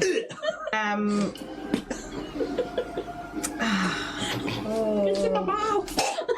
I'm going going to try and gaze at the vampire, this Yes. being. Okay. Yep. Can you tell me what that does? So essentially, down. Is it like charm person? Sort of thing? Huh? Is it a charm person thing? Yeah, essentially, yeah. So it's that they, my eyes essentially. Well, we had discussed in the break that Indeed. no one's seen them, but I just. Really? And yeah, essentially the whites turn pitch black. Okay, And I look yes. at this being, and they have to make an intelligence saving throw. And this is on the radiant being. Yes, on the radiant being, and they essentially says their mind becomes detached from reality, becoming unaware of surroundings, and are incapacitated until the start of the next turn, or if they take damage. Incapacitated, you say? Yeah. Okay. Yeah. Sure. What can I say? Was it? Sorry. An intelligence. saving Intelligence. throw. Well. On the laptop. That is a 9. They fucking. There you go. I've got a 13 on my. Indeed, they spell save failed. DC. So they are now what considered charmed. I think so. Yeah. Well, it doesn't say, but yeah, it just says incapacitated. I think that was. Yeah. what Yeah. it I think was, that's. yeah. Yeah. So they are technically incapacitated. So they kind of just go like limp almost as well. But if they were like sort of semi-floating being, they'd Yeah. probably see them kind of sag at their shoulders at the sides. But they kind of stop moving. They kind of not quite so erratic as they once were, but incapacitated. I think we just shout to everyone, it's not going to be a threat unless we hit it. But I don't know what to do with that. Is there You've been in a corner with my blood. anything else you have to do on your turn? I can't really do much else. So yeah, I'm just gonna be in my little corner. Yeah, with With your clock. my clock corner. It would technically be the founder's turn, and they spend their turn moving away from you. 30. Can I use my attack of opportunity to try and grapple them? And could I help with that, being near to them? Because he's like, this thing is here for you. Okay. Sure.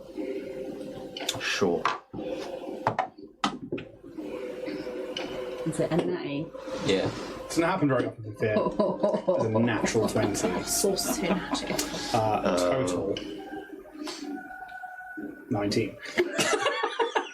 Fear is not strong. It's fine. It still goes through, for sure.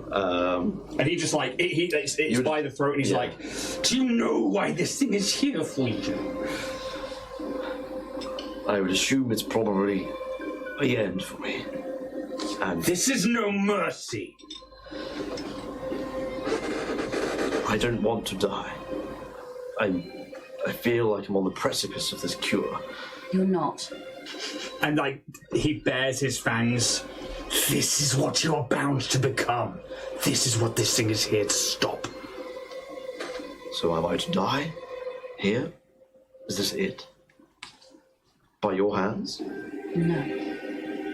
Not by us. I don't And think I'm we have a say in that. gonna kind of pop my hand on top of Fear's. And he lets go. Yeah. Fate will be as fate will be, but you will remember,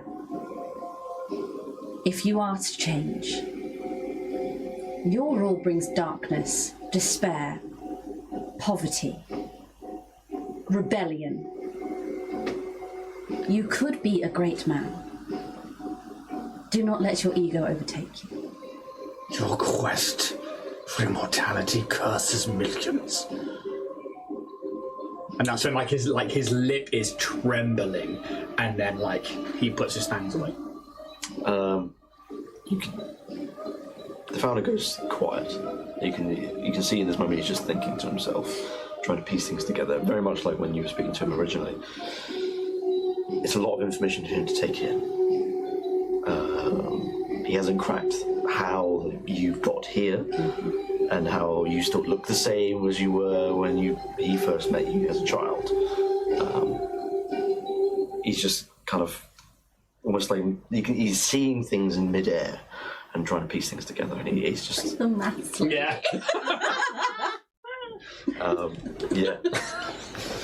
So we shall move on to Marcus. You top around, How buddy. far am I from Fear? From fear, Yeah. 10 foot, I'd say. So I'll see Fear let go of the founder, and I will sort of put like a a hand on fear, almost like a steady boy. I'm going to do lay on hands. I'm going to give him 5 HP. 5 HP back to you, Fear. My God. As the sort of dark radiance that maybe perhaps Marcus holds within himself passes through your body and heals you somewhat. Will that count as an action? I believe Bony for you. Bony, it's yeah. Bony. Can I do that to myself? Cosmic burn. You've already used your bonus action to do a. You can't use all your bones. So, Although you can use an action as a bonus action, Yeah. couldn't you? I think you can. Yeah. That's up to you as the Overlord, the Bloodpunk Overlord. The blood god.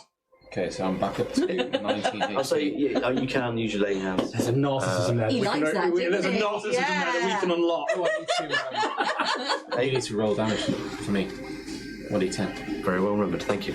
See, I told you I'd keep you on point. It was all you. 4 points of radiant damage to you, buddy. So, back down to 14, which I was on. So you can use your action to lay on hands yourself, which I'm sure I've already you've done. Yeah. I never So lost the one game. yeah. So you got action bonus movement. Can I sacrifice my movement to say something? Oh, well, I'll let you say a little something. Just say, are we proceeding with this attack? And then I won't do anything. Are you talking to the founder? Or Talk to the group.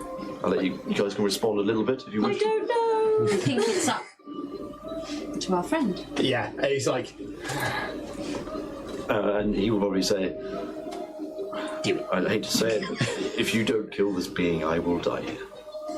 but you won't really die, will you? This is just a memory. This is your memory that we are trapped in. Or maybe you were always meant to be part of it. So why don't you treat us nicer? I treated you just fine. Treat us abominably. How? In the future. Not now. I mean, you've not been great now, but I can't still. be blamed for my actions in the future. That is literally impossible. Well, that gets us into a whole thing about time and ethics and morality. Yes, I do need to and do some study. Nature versus nurture. Bless you, Kitty. I'll say, in this moment, it's now Fear's turn. What you want to? What you doing? I'm dying here. For once, Fear and Ian are stumped. He doesn't know what to do. Yep. He is petulantly annoyed, as always, but also understands that, like, this shit's gotta end, right? Like, he's all well and good and happy to, like, carry on. It's not malevolence, it's not anything like that, but at the same time, this repetitive going back into memories, having to, like, work for the answers that you should just be fucking giving us. He is just like, he just looks to Marionette and he's like, what would you have me do? It's not a decision that I can make alone. Do we feed on a memory? And he, like, stares down at the founder. Or do we, and, like, he can, like, you just see, like, the sunlight is being, like, reflect in these, like, glasses, and even then he still can't really look at it. And he will forego his turn. Okay. You take some damage. That's carrying on, is it? Yep. 3 points of radiant We're damage. destined to fail, aren't we? I'm alright. Next up would be their turn. Nope. Be Marionette. Both on 18. No. You move to 20 because this being is It's also on 18. Okay. yes. Wibbly wobbly. Initiative, wishitive. Yeah. See. So you're on 20. The being's at 19. You're at 18. But because they're incapacitated by the years of the vampire, that means they cannot take actions or reactions. But they can move, and they can. Does it walk into a wall? Does it find a brick? There is a brick in A there. brick of light. Briquet. They do. Brick hair! New York City! They will use their full movement to move towards the founder. And they would end up passing through two of you, Marionette and Fear, Okay. as they envelop your space and come out the other side. Hello. And you take damage for it. How much damage, Daddy? You both take 7 points of radiant damage. Okay. As you're bathed in searing radiant light for but a moment. They haven't quite caught up with the founder because the founder sort of moved his whole turn to get away, but they're beelining it. Marinette, it's now your turn. It's all a test. How's Fear looking? Oh, you're about to put a number on it. 9 out of 36. Okay. I think Marionette is going to... Is the sort of the being in between the founder and... Yeah, so like what you're looking at ahead of you right now is these two long bookcases. Okay. The founder is like moving away constantly, but the being has now it's passed following. through you and is now chasing. Okay. I am going to open the voice box, and I'm going to call out to the founder, do not squander a second chance. And I'm going to cast Song of Zan on the being, Okay. as this kind of melancholy classical music kind of emanates from Marionette. So how close is everyone else to this being as it's passed through? I think you three are like kind of in line with each other in the minute, Okay. with Fear being in the middle, and you're about 15 feet away Okay. from this being. So I'm going to centre it away. It's a 30-foot radius. Okay. We keep it away from us. It might get the founder, but... Each creature in the area must make a wisdom saving throw. Let's do it. Okay.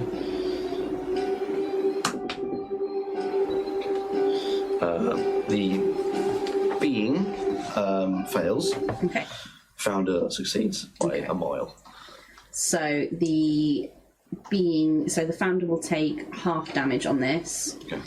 The being will take full. So it's going to be 4d10 psychic damage.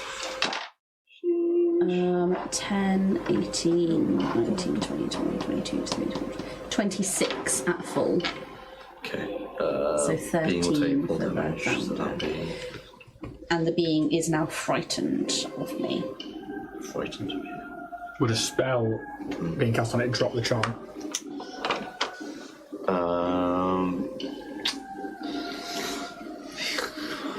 I don't think they actually charmed, are they? They're just incapacitated. No, well, it was until the next go anyway, so Yeah, it's yeah. going to be up anyway. Bless you. That's right. I'd say no. What was the condition they'd get? Sorry. Frightened. Frightened. So it's disadvantage on attacks and save. Yeah, just double checking here, something here. Celestials are new Okay, to that they kind of are shit. frightened. The being Oh, is frightened. shit, yes. That's awesome. Yes. Okay. Yes. Is that your turn? That is. Kitty. I will ask you what you want to do. What do I What do you wanna know? What do I want to know? I think It was the night before Expo. All through the room. Everyone got giddy. I'm going to walk over to the founder Yes. and Can you? I'm going to do I've always liked an older man. You can't. I'd say he's a little too far away for you to get right up close to him. If I'm honest. Well, can I get within 30 feet of him? Just. Cool. Just 30 feet. Okay, I'm going to get within range and kind of, again, I've obviously this gaze of the vampire is gone, but I'm going to just... What is it? And it's like, look, Mr. Founder. Mr. Founder. Founder. Please, Mr. Founder, as my father. I would really love you to just, I don't know, just Give us more information. I'm going to try and charm person. Okay. And just, I know he's kind of already on our, like... Okay, what save do you make? A wisdom save? Actually, would this actually do anything? Because it just says when the spell ends, the creature knows it's charmed. Calm Street regards you as a friendly acquaintance, which it kind of already does, but I don't know if this makes any sense. He's not attacking you. No, this doesn't make any sense, does it? I mean, it's great for someone who's hostile, actually. Or neutral. Yeah, you know what? But this version of the Founder, or whatever this version is, has been trying to help you. And wants you You guys know to what? help Fuck him. it. In that case, yeah, I didn't really think that through properly. It's fine. It's okay. I am going to... Can I hold my action? What do you want to do is hold? I'm gonna. I've still got my blood clot, little clotty. Clotty. Oh, little cloddy. Yeah. I'm just gonna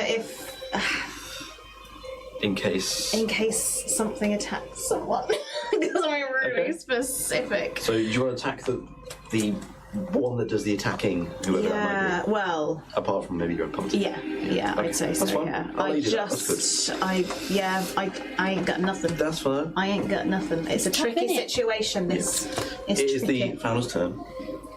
He continues to move away. He will say, Help me, please, I'm just a boy. Royce. Yes, you are. I can see your split in your decisions here. If you don't help, I will die. But not really, will you? Because you're just a memory. Am I? Or is this real? I don't know. And by the sounds of it, you don't even know either. Try it. You have to make a choice. Are you going to help me here? Or am I left to my own devices? Can we help? This being is. Kill this being. As I was saying, the circle of life. Things come, things go. Everything can be killed. Even if it cannot bleed. It needs to get it.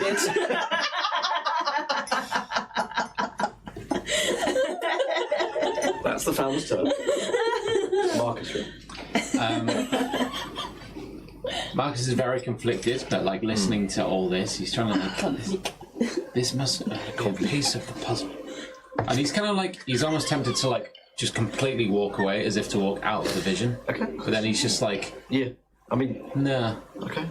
And then he's gonna turn around, walk back into melee, and take that hit at this creature. Do it. I think. Be I decisive. shall attempt another divine Be smite. decisive. Be decisive. For your own benefit, Decisive. you knew the last time you used your divine smite, Oh. it did not work. Yeah, of course. So- I will just go for it. Save your resources. Yeah. I'll just go for another schmick. Yeah.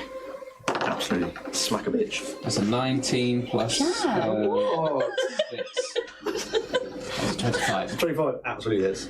Absolutely. Absolutely hits. Doesn't just hit. 4. Absolutely hits. 8. 8 points. Smack of runes. Yeah, I'm going to do same again. I'm just Same again. cracking at this thing. Yeah, you got Whatever weight the fuck in. it is. Perfect. 13 plus 6, 19. Yep, hits. Rolling well, guys. That is just a 6. 6 points. Oh, for fuck's sake. Bonus. Offhand attack. Oh my Bonus action offhand. god. Yeah. Can I do that? You've got a shield in one hand. haven't That's you? true, yeah. And you've got Drop your the sword in melee. one hand. That's fine. Next turn. It would have done fuck all anyway. You need to like attach Bricky to your hilt so that like once you hit, Bricky then comes in with the backup. Yeah. You deal some great damage, and you can see like the light that's being emitted from this creature is starting to ebb. It's starting to ebb. Oh, by the way, I should have explained. So Marcus's divine smite, when you saw it earlier, it wasn't like a golden light. It was like a very, almost like a sort of like dirty purple, almost like a black light. Dirty purple. That ebbs because it's a vampire. I like it. Yeah, but there is light. It's just a different light. No, of course. Anything else you'd like to do? Is that it? That's it. I'll just say it's weakening. Okay. Fear. Yeah, he takes 5 foot step back. Oh, I didn't take damage. You need to roll damage. I also need that, please. Indeed. But tell me what you want to do. Well, roll damage first. 5 for you. Shit. 4 points for you. Okay. We're okay. He burning now, and his skin is sizzling away. There is a fear here that he has never felt before, but it is just intrinsic to him, and he does not know why. Okay. He backs up, will not disengage. Yeah. Yes. We'll take a hit because now he's no longer incapacitated. He will take a hit. Slave to the RP. So 15 on the dice. On the dice. Plus a 6. Yeah. I'm afraid. 21.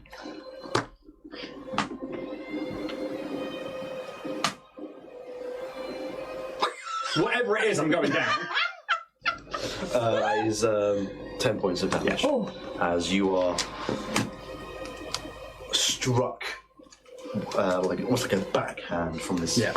And you see him going for the sniper rifle to bring it Yeah. up, and he's just scrambling back from this thing, and he looks like he's going to attack it, but he's just trying to get into position. But he's the first time you've seen him so uncoordinated, so human, and your gun is knocked to one side, and in the motion of it, this hand comes around and strikes you in the face. And you feel yourself black out, and you wake straight back up, back in the same mountainous corridor that you once before, on your own. Oh shit!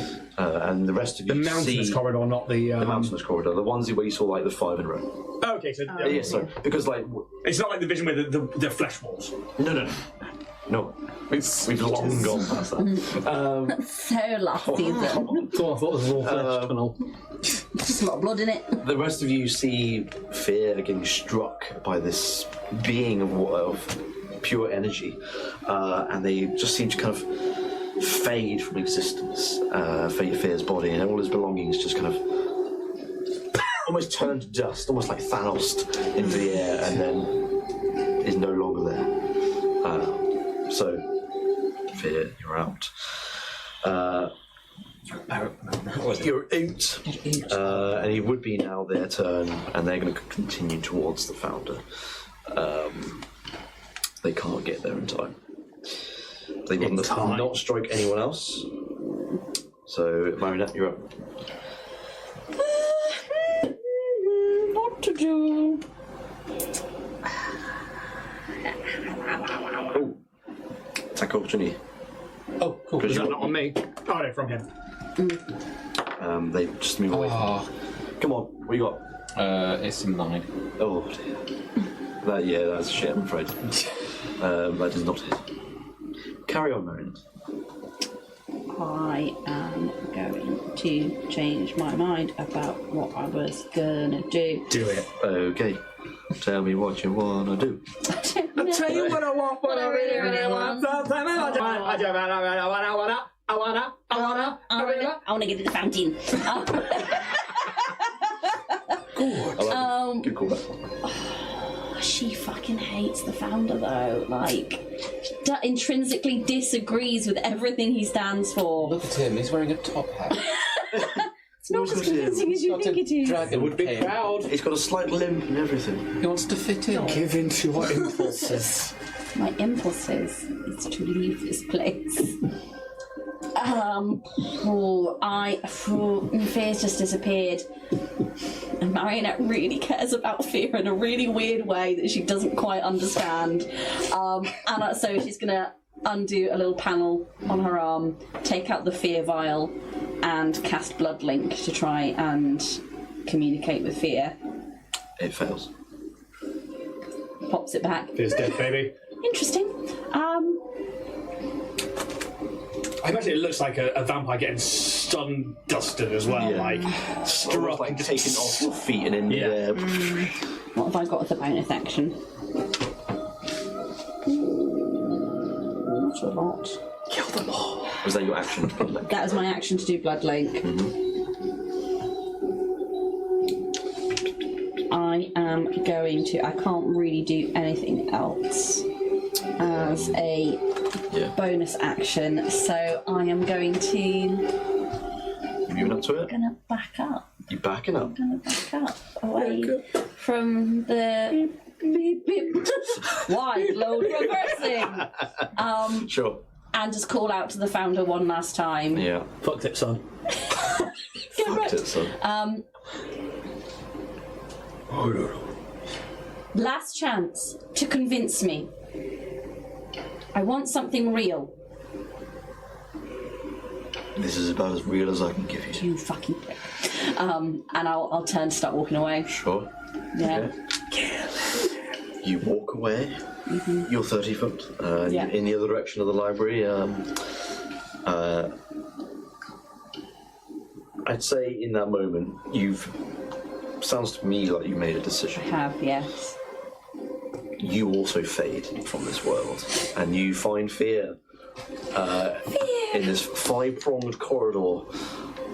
Once more, it's just you two in there, but in this vision that we're currently having is Kitty. Okay. Kitty is going to point at the radiant being and whisper a wee message. What is the wee message to me? The wee message. Can I interest you in our Lord and Saviour Picky Tea? Also, working. Oh my god. What am I going to whisper? I'm going to whisper. Yeah, I can't have it. Do you know what's going to happen to this, as I know him, the founder, when you kill him? Is it dead finito? And you're talking to this being? Yes. Also, can I have a little extra thing here? What? Can I have more reasons as why you want to kill him?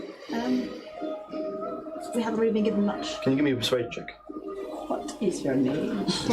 What is your quiz? Are you? What is the SP velocity of an That's good, that is. Was it? I don't know that. So that is 16. That's pretty good. You get a voice back. Oh, hello. What do you want? Hopefully by killing this founder, that he will cease to exist. That is the best thing for this world, and it is the best thing for the sun god. For this being to no longer exist upon this plane, this world. He poses a threat to the sun god, and by trying to commune with blood god, that is a direct violation against the sun god himself. I cannot allow this. And that's what you get. What do you want to do? Not very helpful. You got your move, you got your bonus, Okay. you got your bony. I'll move that down. You were well. Can I pet that down? You guys. Can I pet that down? I think in lieu of doing any bonus actions, You're not going to bone? no. Oh, I might bone. Sorry. I proceed to Oh no, burn. that's an action. I can't. God, bone. boning's an action. Damn it! Fuck. Yeah, it's a full turn to bone. Right. 6 whole seconds of glory. That's me. You have a move. You can move. Yeah, I think in lieu of boning, I shall turn to Marcus. But Marcus, I'm not getting anything from this being. I've just tried to have a little whisper. Not got much back. I'm gonna bounce. I'm gonna bounce. I think Marcus will sort of like I think heed that, give you a nod. I think it's the best thing to do for us. Marionette's gone. I fear, I'm assuming, is with Marionette. I feel like, I mean, not to dampen our abilities, but I feel like the two of us are not going to take this on their own. Maybe, I don't know. Who knows? Bye. She doesn't even walk away, just fades out. I love that. Actually, that's so strange. Just fades into nothing. Bye. Decision made. Yeah. 10, 20 foot, just bye. And you also appear in this mountainous white-bold corridor. Hi guys. With Marinette and Fear. It would be the Founder's turn, and you're the only one left in this room of your party. I think they kind of look at you and sort of... They can see the determination in you. You made a clear decision and you were going for it. Wait. I hope you're a man of your word and your actions. Fucking guy. And he will continue to move away because he doesn't want to be anywhere near this fucking thing. So he'll continue to move away. But that's what he says to you. And it is now your turn. I'm going to. Does he take damage at the start of his go? No, because it's been 3 turns. So one lasts. Excellent. I'm gonna turn to the founder, and I'm gonna, almost like a mark of respect, pulls my sword in front of me, lower it, and then with the hand on my chest, give him a nod, and I'm gonna lay on hands the full 15 if I can. To yourself? To myself. Okay, okay. Oh my god, is he gonna solo it? Did it. So. Oh, I love it. Should I close this one? We watch Marcus solo this fucking fight. So I got 24. I guess there's like some sort of like distant bell ringing. Creed of the Temple of the The crypt of the Temple of the Dead Sun Risen. I guess I wouldn't have heard any of the conversation Kitty had with this thing. No. No, it's all mentally. Okay. But it's almost like I Hear feel, this thing gong. I feel like a. Let's get over here. Almost like a subconscious sense of like responsibility to the founder through whatever it is in my past. And I do genuinely feel the need now to protect this. That makes complete sense. Now that I'm on my own, I do feel like it's upon me now to do it, so I'm just going to keep smacking the thing. Do it. Pokemon fight music. First attack is an 8. That is a Better music here, I hope. Quick, reroll it with advantage. What was that, sorry? It was an 8. 8. First I'm attack. afraid that does not hit. Second attack. If this doesn't work, I'm going to check my dice. Oh my god. About the same. It's a million. Does not hit either. It's fine. I am the shield that guards the founder. Found shield. You would have to have moved to get in melee with this creature as well. Yeah. I'll allow you to either be on in between this being and the founder, or on the other side. In between. You want to be in between. Yeah. So you're like directly in front I'm of like this. that, like literally like. Yeah, like eyes above the shield, poised and ready. Yeah. Like you just see out in like the other round, like there's no talking. Fear is just reloading. Like he looks. I don't know if he's bad or not. Like Kitty comes back in, it's just solemn, and like just. We come back into the room, and like, every now and again it pans out to the room of just this like juxtaposition, but it is still like tense. And then like we come back in on Marcus, and he's just like. Yeah. I guess my misses is like I miss, but I'm kind of testing it a little bit. Yeah. It's like a. Oh, drawn it. Like clashing swords. Yeah, love it. Okay. Bit of a feint. So it will be their turn next. The founder's like, They go in for a hit on you. Is that a natural? Oh, it's a natural 1 on the first attack. And as you're sort of I learning, parry it, the moves, almost like fuck off, like you just bounce that fist away. Another one comes away. That's a 5 on dice. It's for an 11, which also does not hit you. I know that for sure. No, it doesn't. this could be the greatest moment of this campaign right here. Yeah. And they come in for another strike, and it bounces off your shield. Like 3 attacks. Two. Oh, two. But like sparks just come off your shield as it rebounds off, and some like these sparks hit the books on these shelves and they start to clatter to the ground.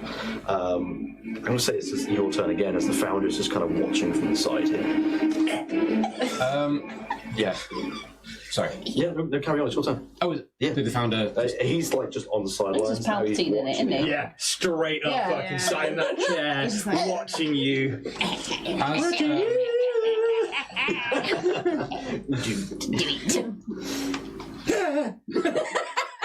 I'm gonna. I think this is a bonus action. I'm gonna check. Fighting style. Protection. You can impose disadvantage on a creature who attacks. Oh, it's not really attacking. If it's attacking one of us, you can be like, put your shield in and get Yeah. Where was my other thing where I could like? Renewed it. It's the one where I make them fight me. Oh, compel duel. Don't worry about it. They're fighting you. They're already in it. All right. Fucking smash it. Right. I'm just Yeah, gonna use I will say in this moment, like, they are focused on you. Yeah. Okay.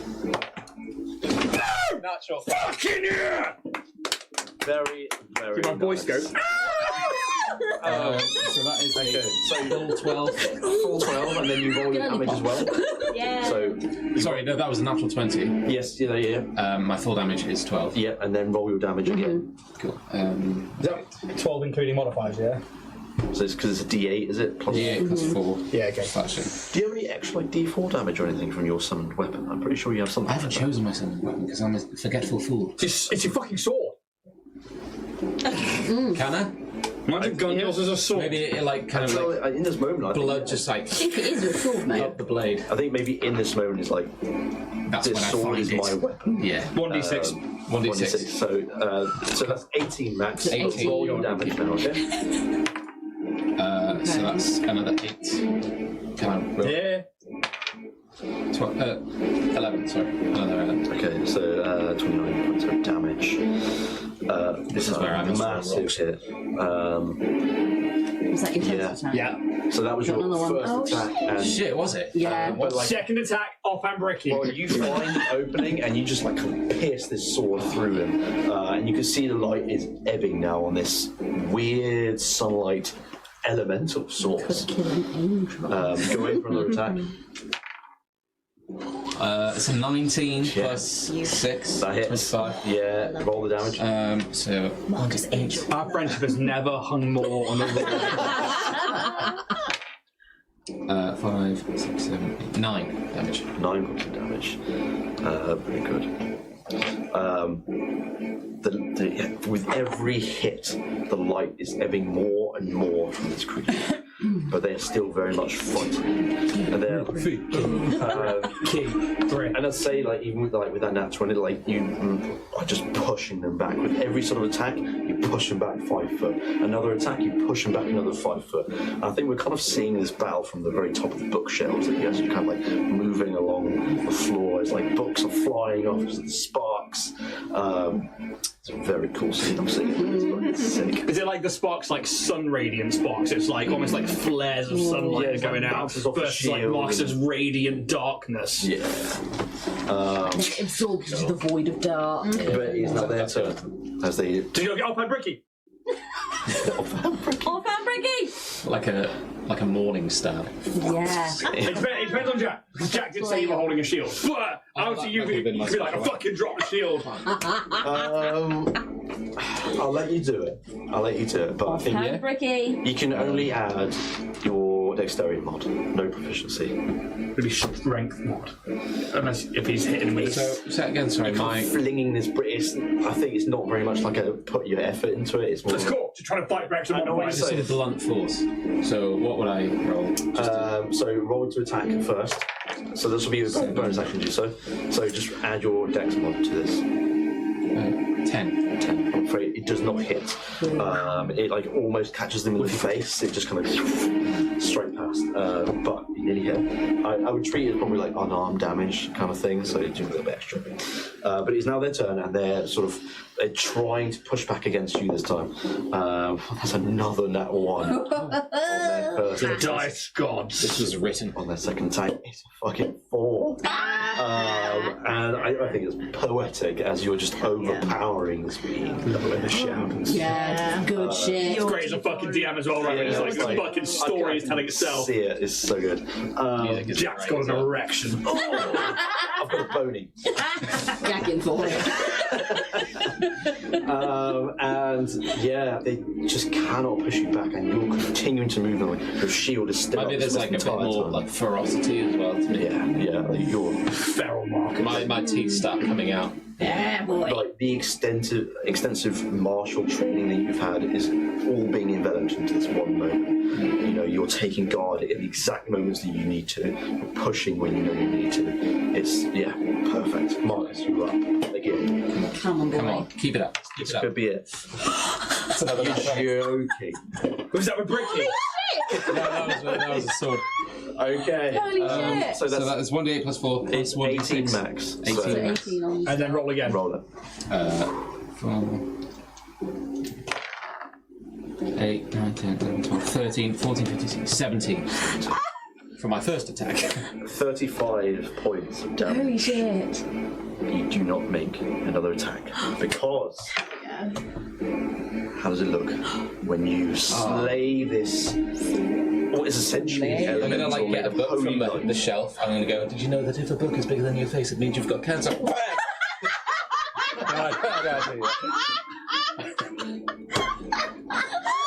Oh my god, it's distracting 1998. technique. I love it. I don't do that. I would love to, but it's not befitting. Okay. Oh my god. In an alternative universe. I think it's like kind of like when Please carry on. Yes. Please keep watching. I think it's kind of like when Gandalf is fighting the Balrog, and it's like he just summons up that lightning, and then he just fucking rams it in. You summon all. And then you just see this, like, whatever is in my sword just disperses within this creature, and it just, like, shudders and Yeah, falls. I mean it's almost like using a divine smite. You summon like the energy in it, and you just overcome this overwhelming energy of this being, and it just envelops them, and they almost explode into particles as you just slay them. And the rest of the books on the shelves either side, you just kind of burst out and just cover the ground with pages, and you're left in this open library with the founder staring at you and giving you sort of like a half smile. I think I'll get on one knee as well. Okay. You get on one knee. Submissive and breedable. With, like, my blade, my shield, and then, like, my blade pointed down, like, just holding it like that. Just like a thing. That's the t-shirt. Marcus on one knee, submissive and breathable. You've got a bricky in there as well. Him and Bricky, one knee. Bricky's got a little sword. Oh, I should have finished Bricky off. Oh my god. We need to get Bricky a sword. Yeah. The founder approaches you and he puts a hand on your shoulder. You did well at it. You are And he bendis. tells you to rise. Be on your feet. Sometimes I think about giving up on everything. And then I see these creatures such as this trying to destroy me. But they remind me that my existence has to have meaning in this world. I must have a purpose if I have enemies. Thank you for helping me, Marcus. It will not be forgotten. Oh! Oh, okay then. In this moment, you are fading into another Bet he's got blurry a vision. fucking podcast. Oh, yeah. Wait, hang on, I've got a podcast now. No, but you know the type of podcast I mean. Yeah. What was Really it? thanks, guys. Yeah. Ooh, another white boy with a spicy. podcast. Yeah. Wait. Wait, we have a podcast. You are now with your party, your friends, again, in this sort of I think I will, like, appear, like, a shield, and then, like, sword on my shoulder. nice, yeah, just standing at the ready like a proper sort of soldier. Proud. Peacocking. Yeah. Did you die? very Did you go well well? Something did. Oh. No thanks to you. No, well, Not going to lie, I did actually try. Fear did try. Well, I didn't. I suppose you will never know, but I killed the creature. Good for you. Good job. I will say, I'm gonna let you have inspiration. Yeah. Something that was so fucking Yeah. cool. It was so And cool. like you stuck to your guns even though the rest of your party had disappeared, and you're like, no, fuck this. This is what Marcus would do. Yeah. inspiration. Cool. 100%, dude. Did the founder say anything to you or anything interesting happen? He thanked me, and he told me that he would not remember. Would not remember. That seems He told me he accurate. would never Forgettable. forget my deed. Interesting. And then I appeared here. To you, slaying that angel was the greatest day of your life when the founder witnessed you. But to me, it was a Tuesday. Faye, you can essentially take a long rest because you dying died. has an effect in this world. So you can go back to full HP. Oh, Do I does that take a mean blood you get- degeneration point? You take a blood regeneration point. It's number 3. Well, I suppose we should carry on until whatever fun awaits us in the founder's little mind palace of fuckery. Well, that was only the second. That was number lesson. 2. Yeah, I'm He's still. going to remember, You've got isn't 3 corridors left. Fear looks at you and it's like, he? Goodness. door number 3, and we'll just. Housekeeping! I don't know, it's weird because Fear is fine and he knows that, but something in there was definitely fearful for him, and he doesn't know how to process that, so he's ignoring it. And I think it would clearly show. Marion's just gonna put a Capri Sun in his pocket, Capri Blood in his pocket. Not a Capri Sun after that. Just a little Capri Blood.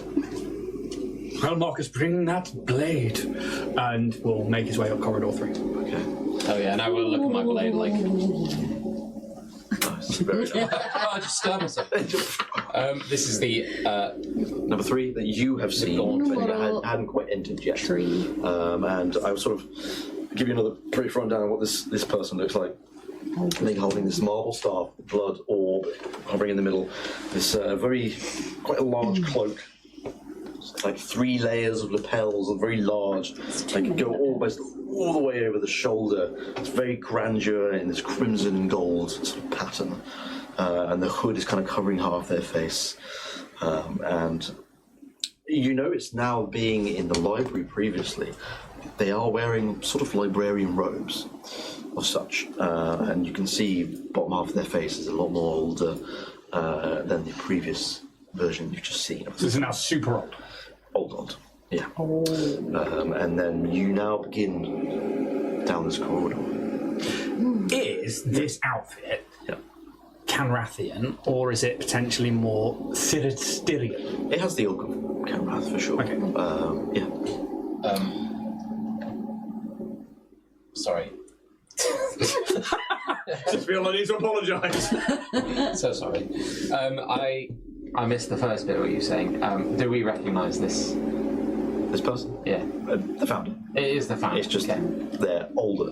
Much older older. than the previous time that you just saw in the library. So when is this the kind of, is it like old, as in like kind of wrinkly old kind of? Yeah. And is this how we know the founder kind of from before? The way you know the founder to be is like in their prime. Right, yeah, that's what I thought. I just wanted to clarify. Almost like the vampirism has like brought him back. Interesting. Yeah. Just wanted to clarify. That's what I wanted to get to last time as well. He will follow it into the next vision. And again, the same thing happens, that your world around you blurs once more. And the first sort of colour that you see is kind of a blue-white, as you Pale find blue. yourself immediately blasted by a raging blizzard as you are now on top of a mountain. This isn't like you. Try and keep your hat on. I'm going to lose my lid. Before you sort of lies a human in librarian robes, very much the kind of figure that you just saw at the end of this corridor. They're trying to crawl through the snow, and you can see their nose is bleeding, very much like they used to before. And you can see they're trying to cast spells to try and ward off the cold and such, to help him stand, to help him move through this snow. And you can see he's kind of shaking and straining to try and get these spells to work. And he's just on a mission. He's just trying to go forward through this blizzard. You can see the sun is shining quite brightly in the sky, but you're not being affected by it. You're not actually in sunlight, but the founder starts to speak. I've been searching for a cure since my childhood, and I finally found it. I must reach that book. I have to. I can't die now. I just can't. I will live a life like the others. Son, why won't you let me live? And they're just moving on through. And they manage to renew some of their energy, and they stand up and they're trying to just trawl through. And you're kind of joining him on this sort of journey as he's going through. Has he seen us? He knows you're there. He's recognised your existence in this space. Once more, we are party to the struggles of the Founder. I just feel like it's meant to be this all-powerful being, and we seem to be doing all the work. As per. So, Well, this is who's really all-powerful, you know? I mean, not us. But also, this is him before he is a vampire. This is his quest to live, even though he's had a full life. And it still uses everyone, even in undeath. Where is this book? Like the taunting ghosts. Just keep visiting him like, we hate you, but I guess we're helping. I believe it to be at this peak of this mountain. Of course. Let me guess, the Garrosh Indeed, Mountains. it's always the hardest route. Do you think it's out of reach for a reason? Do you think maybe you should leave well enough alone? Have you considered this, that you have led a longer life than you possibly should have done? But instead, your desire, your ambition to cure yourself is going to disease the rest of the world. I just want to live. And maybe you need to die. In your pursuit of life, you have forgotten to live. You have been gifted a longer life than you ever anticipated, and what have you done with it? Squandered it. In pursuit of... undeath. It's not without trying. I've tried my best to live. And you have a longer life than most, and like fear is. Yeah. Admittedly, yes, I have. But it has not been happy. And whose fault is that? I was born into a world that did not support such emotion. But yet I yearn for it. I want it. And the world you will create is no happier. I don't believe it to be so. We're literally telling you. We are from it. We are born of it. We are what you made us. It's not your right to have a happy, full life. Not everyone has that privilege. And most people just deal with it. So why can't you? Everyone has the power to change how they live their life, and I'm just searching for mine. But at the expense of others. You could be saving others. Your work. I have harmed no others in my journey. What is it that you have? What is it that you could offer that makes you want immortality? Why do you want to live longer? How would you use that life? I've seen how the world works behind closed doors, and how they make decisions for others that are unjust. I want to craft a world where that does not happen. And how do you where it is harmonious to all. Then you will die the hero or live long enough to see yourself become the villain. Crit stick. I mean, the only thing I'll say, if we do help you, just please keep those things in mind. Oh, we don't have a choice. We're helping him. I think we're just letting him know we're pissed off. But while we are, just keep that in mind. Yes. What would make you happy if taking disease and immortality off the table? What does a happy life look like for you?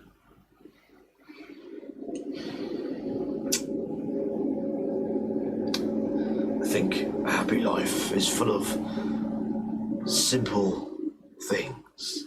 It's the little things that matter. I've grown very tired, bored. Being born into a noble family, it is so boring. Oh, boo! my Boo! Poor little rich boy, eh? You are bored. I have been bored for a year now. Do you have any idea of the privilege that you have, Mr. Founder? You literally could go and do anything. Oh, I struggle. You say that, but whilst my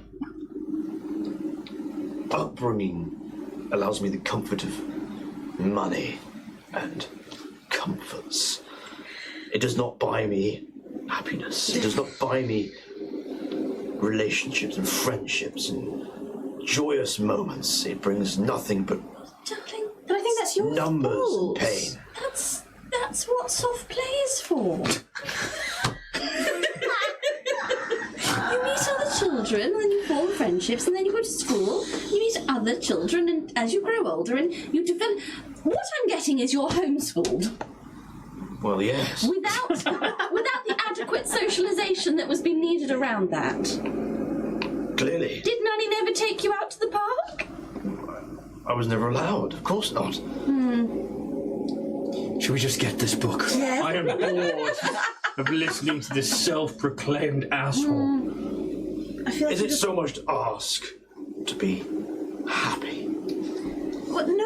I feel like you have all the tools in your box to make You that don't happen. think I've tried using them? Maybe it just wasn't for you, and you just have to live the life that, I mean... I will not accept that as an It's not a phase. Deal with it. It's not for you, Jen. But sometimes an idea of happiness is out of reach for most people. I feel like there's an idealized version of happy, whatever you call it, and maybe just be happy with what you have. I feel like you I reaching... have nothing. You have? Oh my god! You speak of material. Oh no, I'm not. I mean, no, You have a longer life than anybody with your condition. What the fuck have I done with it? Study. You've had your time. And I have tried everything in my power I think- to spend it wisely and be happy. And you did give that research to hospitals, to families, to doctors and scientists. You are about to take that and curse the world to create people like me. None of that's happened yet. But it is going to. And take this as a we are warning. from that. I don't believe you. I think God. what Kitty meant. What Kitty Hang on a minute. The fuck is going on here? Like, you be quiet for a minute. When did this start? What's this? what Kiki meant. what Kitty is saying to you is that happiness. It's canon. They're fucking. How did we miss this? What Kitty is saying to you is that happiness is never attainable. It is never to be achieved. It is either is or it is not. It's a here and now. It is never over there. And I think, actually, Marcus, that is quite relevant. This here and now is not real, and we are arguing it like it is. What an incredibly dark view of the world. Not if you, with your view, yes, but How am I the positive one here? You call my view of the world dark when I want happiness for people. I want it for myself. I feel like it's... And yet you say happiness is sometimes just not achievable. What kind of motivation is that to change things? Because you You only think that way because you were born to experience it that way. World. What if it could be changed? But it did change. And you see they cast a spell and like more blood just spurts. Fine, let's get this book and just... Stop with the energy. Save that to live an extra day. I will We will never get stop. you to the damn book. And like they're just trouncing on ahead. Yeah, we'll keep following, and at the same time, Mary's just going to slip Kitty a pamphlet on safe sex. Yeah. And for Marcus, a book on consent. Marcus has a stammer. So, well, thank you, Marionette, but, Just some bedtime reading for you, dear. I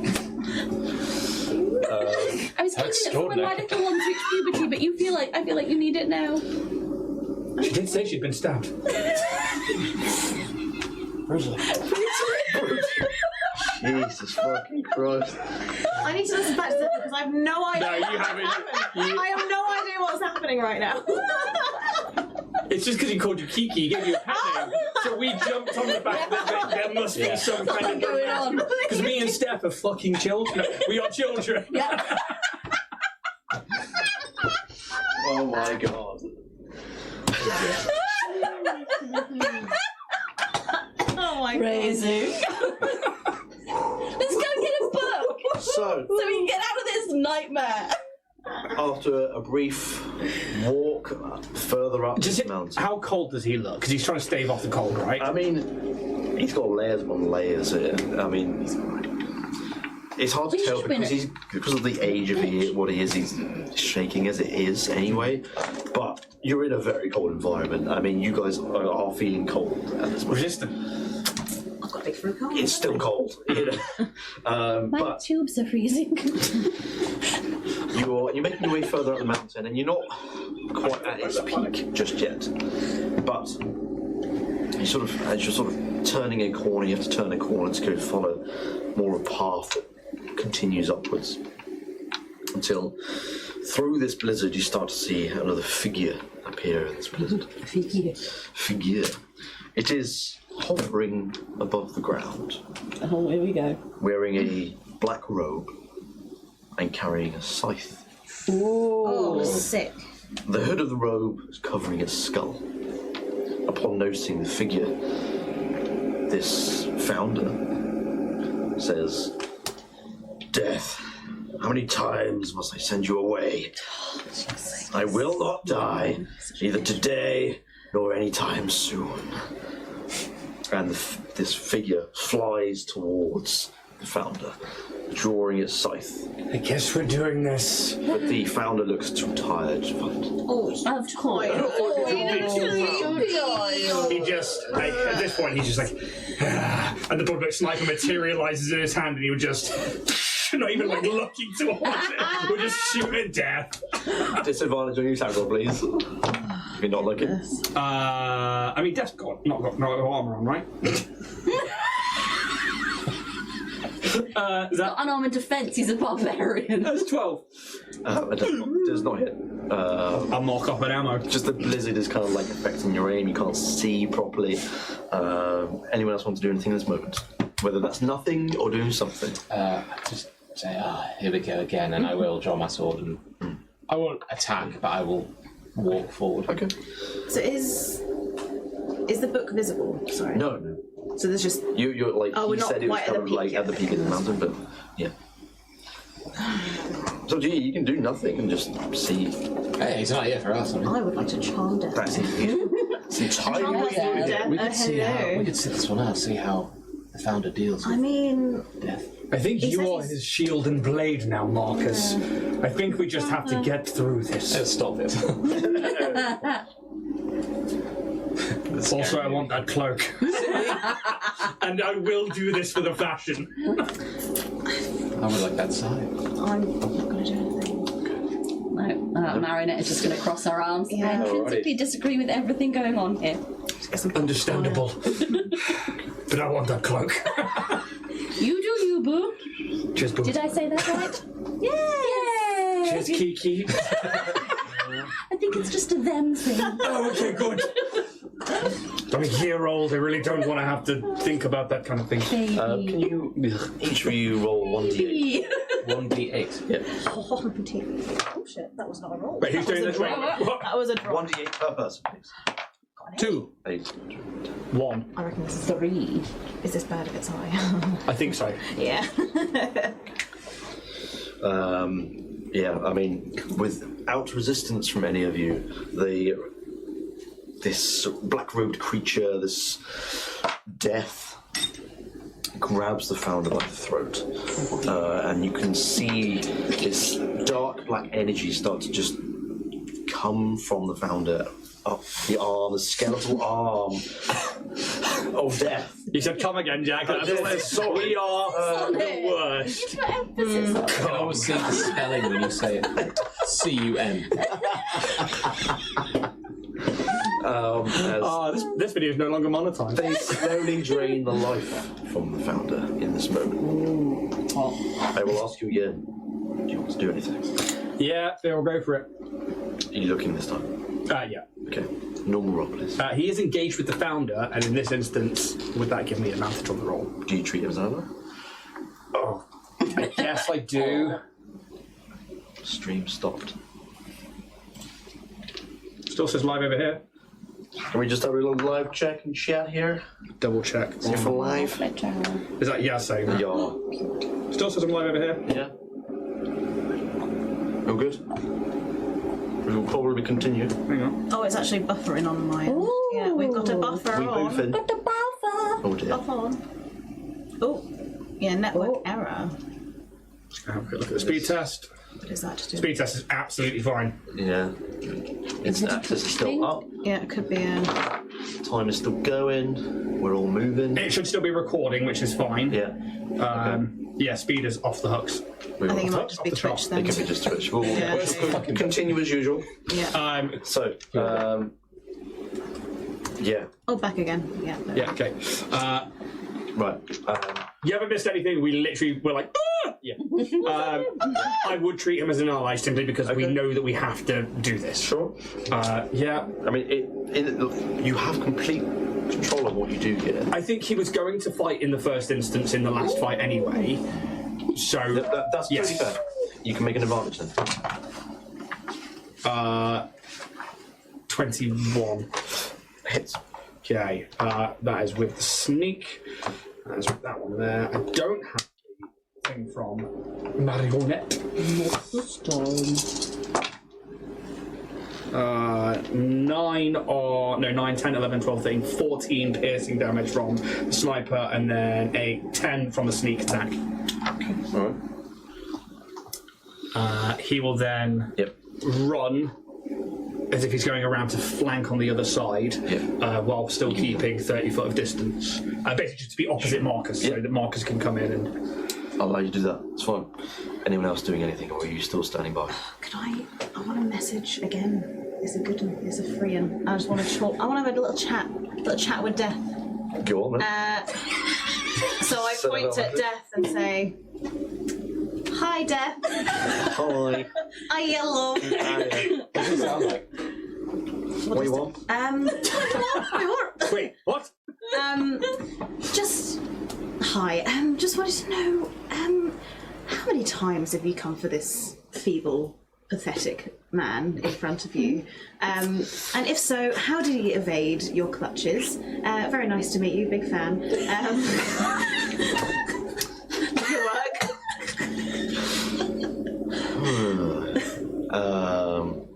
Terry Pratchett death. Yes. Oh, Christopher Lee. Things. I approximate 60 times. 60? In one life? D? How fucking old? Do you know how old he is, Death? Is he Too old. fascinating? 60. Fucking hell. His time came to an end a long time ago. And how did he evade? He's gained powers So he is beyond this powerful. world. So he is powerful. He's just acting like a little bitch. I mean, this is just message, right? Yes, this is me kind Yeah. of talking to myself right That's now. all you get. Okay. Yeah, because it is there's only only meant to be like 25 one. words Yeah. in it, yeah. I think it's I'll meant to allow be a one little bit of message. conversation, it's But fine. yeah, okay. It's all good. It'll see. So he does. He is powerful, little shit. Bastard. Little shit. Well, you don't know how powerful he is. I mean, to evade death 60 times. 60. I think. I don't know if we're going to have time to fight, but I think I'm going to. We'll finish this kind of like bit. Yeah. I guess I'll make to run toward whoever's closest to me. Just. Okay, that's fine. Anyone else doing anything this moment? Can I go up to the founder? Sure. Within 5 foot. Indeed. And I want to cast protection. Okay. What does protection do? Gives them what's right? Any creature that tries to attack Gets some disadvantage on attack. Yeah. Understood. But I'm not attacking. I'm just like. Yeah, you just. No, trying come to on, yeah. warm them up. Okay. Right. We chill. The Wraith will go in for an attack. Disadvantage. It does advantage. only an 8 on the dice, as they let go of the founder's throat and they try with their scythe to just try and take the head off. You can see it almost coming like straight to the neck, and you just shield goes up and you deflect it.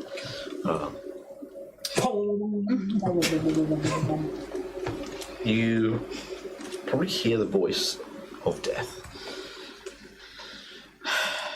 You get in the way. This prick. 61. You get in the way of something you know nothing about. It's called the founder. Let fate have its way. And be on your way. Anyone else want to think of? Yeah. When you are done? I'm going to use my last bardic. Dark. I'm going to give it to the founder. And she's going to open up the voice box. And I think this is the first time you hear like an actual song from Marionette as it kind of rings off the mountains. First time I met you, my darling, your face was as red as the rose, but now your dear face has grown paler, as pale as the lily white rose. And as she casts this bardic, there's kind of this undertone that whispers through, fight for your life if you want it so badly. That's fucking gorgeous. I'm very nervous about doing that one. But That was really cool. Nice pipes. just grew myself. They're not for sale, thank you. Jack Balls will do the hang. Still for sale. Oh, yeah. The founder absolutely gets the bardic inspiration for that one. You said fight for your life, didn't you? Get a little roll in and see if you can. You gotta fight to live. So I rolled for him to try and muster the ability to do something. Do something. Something. And that one. Oh. So even with that inspiration dice, I'm not even bother adding it because it's Use it for not gonna something do it. else. And you can see, like, kind of cocks his head to the side as he hears this song. And you can see he tries to kind of push himself off the ground and, like, start trying to conjure a spell, but it just sputters out of existence. And he falls back down to his knees. Yeah. Anything else? Anyone else doing right at the moment? If you're standing at the sides, you're standing at the sides. It's fine. Can't charm death. Do you have the ability to try? What a large side you have. I don't know, charm person. Do you have that spell? Yeah, I think so. Do I have that spell still? You do. I do. It's part of your vampire ability. Yes. Oh, yes. Can you... This little one's not worth the trouble. history check. History. Actually, I've been rolling fucking awesome and stuff. I'm going Rolling rocks, mate. rocks. History. History. History. It's not a big bonus. It's a 13. Not big bony. No, I don't 13. say that. 13, yeah. Do you think you would have read any, like, books in the... In the Temple of the Freedom. Yeah, okay. Yeah. Can you read? I didn't know you could read. I think you may have I think, like... stories of, like, wraiths and that kind of thing. And this is very much an appearance of death. Death has kind of, like, many forms, but this is not like an all-powerful being you're seeing in front of you. It's just an appearance of death. But you know that wraiths cannot be charmed. So I'll allow you to do something else in this moment if you wish. What can I do? Kill it. Damn it, what can I do? So it's not actually death, it's just a spectre of death. Essentially, yes. But they're under the command Divine of death. Smite. If you want to go hit him with Divine Smite, Yeah, you go for it. Might. Fare better on a wraith. What's Smite me. smite me? Oh. Burn out. No, That one. Oh, you used up all your luck in an epic fight you had. Yeah. We're not initiative, I can't even have a second attack. I'll let you have another one. Okay. It's very loosey. 17. That would hit. 23. I say like your first hit, like these robes are kind of like flowing kind of all over the place, and you're not sure where this body starts and ends, and you just kind of slash through a bit of robe. But the second attack, you strike a bit wider. 11. 15 damage. What's the damage? Yep. And then, what was it? What did we say? 3d6 on top of that? 3d8. 3d8, sorry. Damage amount. There's 1. So that's 2. And go on then. Go on then. 10, 11. Nice, very good, very nice. You are the one again to disperse the being that tries to kill you. Teacher's pet. It's becoming a regular thing for you now to defend the founder. And think in this moment your radiant strikes true, and it just disperses the energy of this wraith, and it kind of turns into like this ball of robes, and it just kind of disappears into the blizzard, and you can never see it again. Dementor.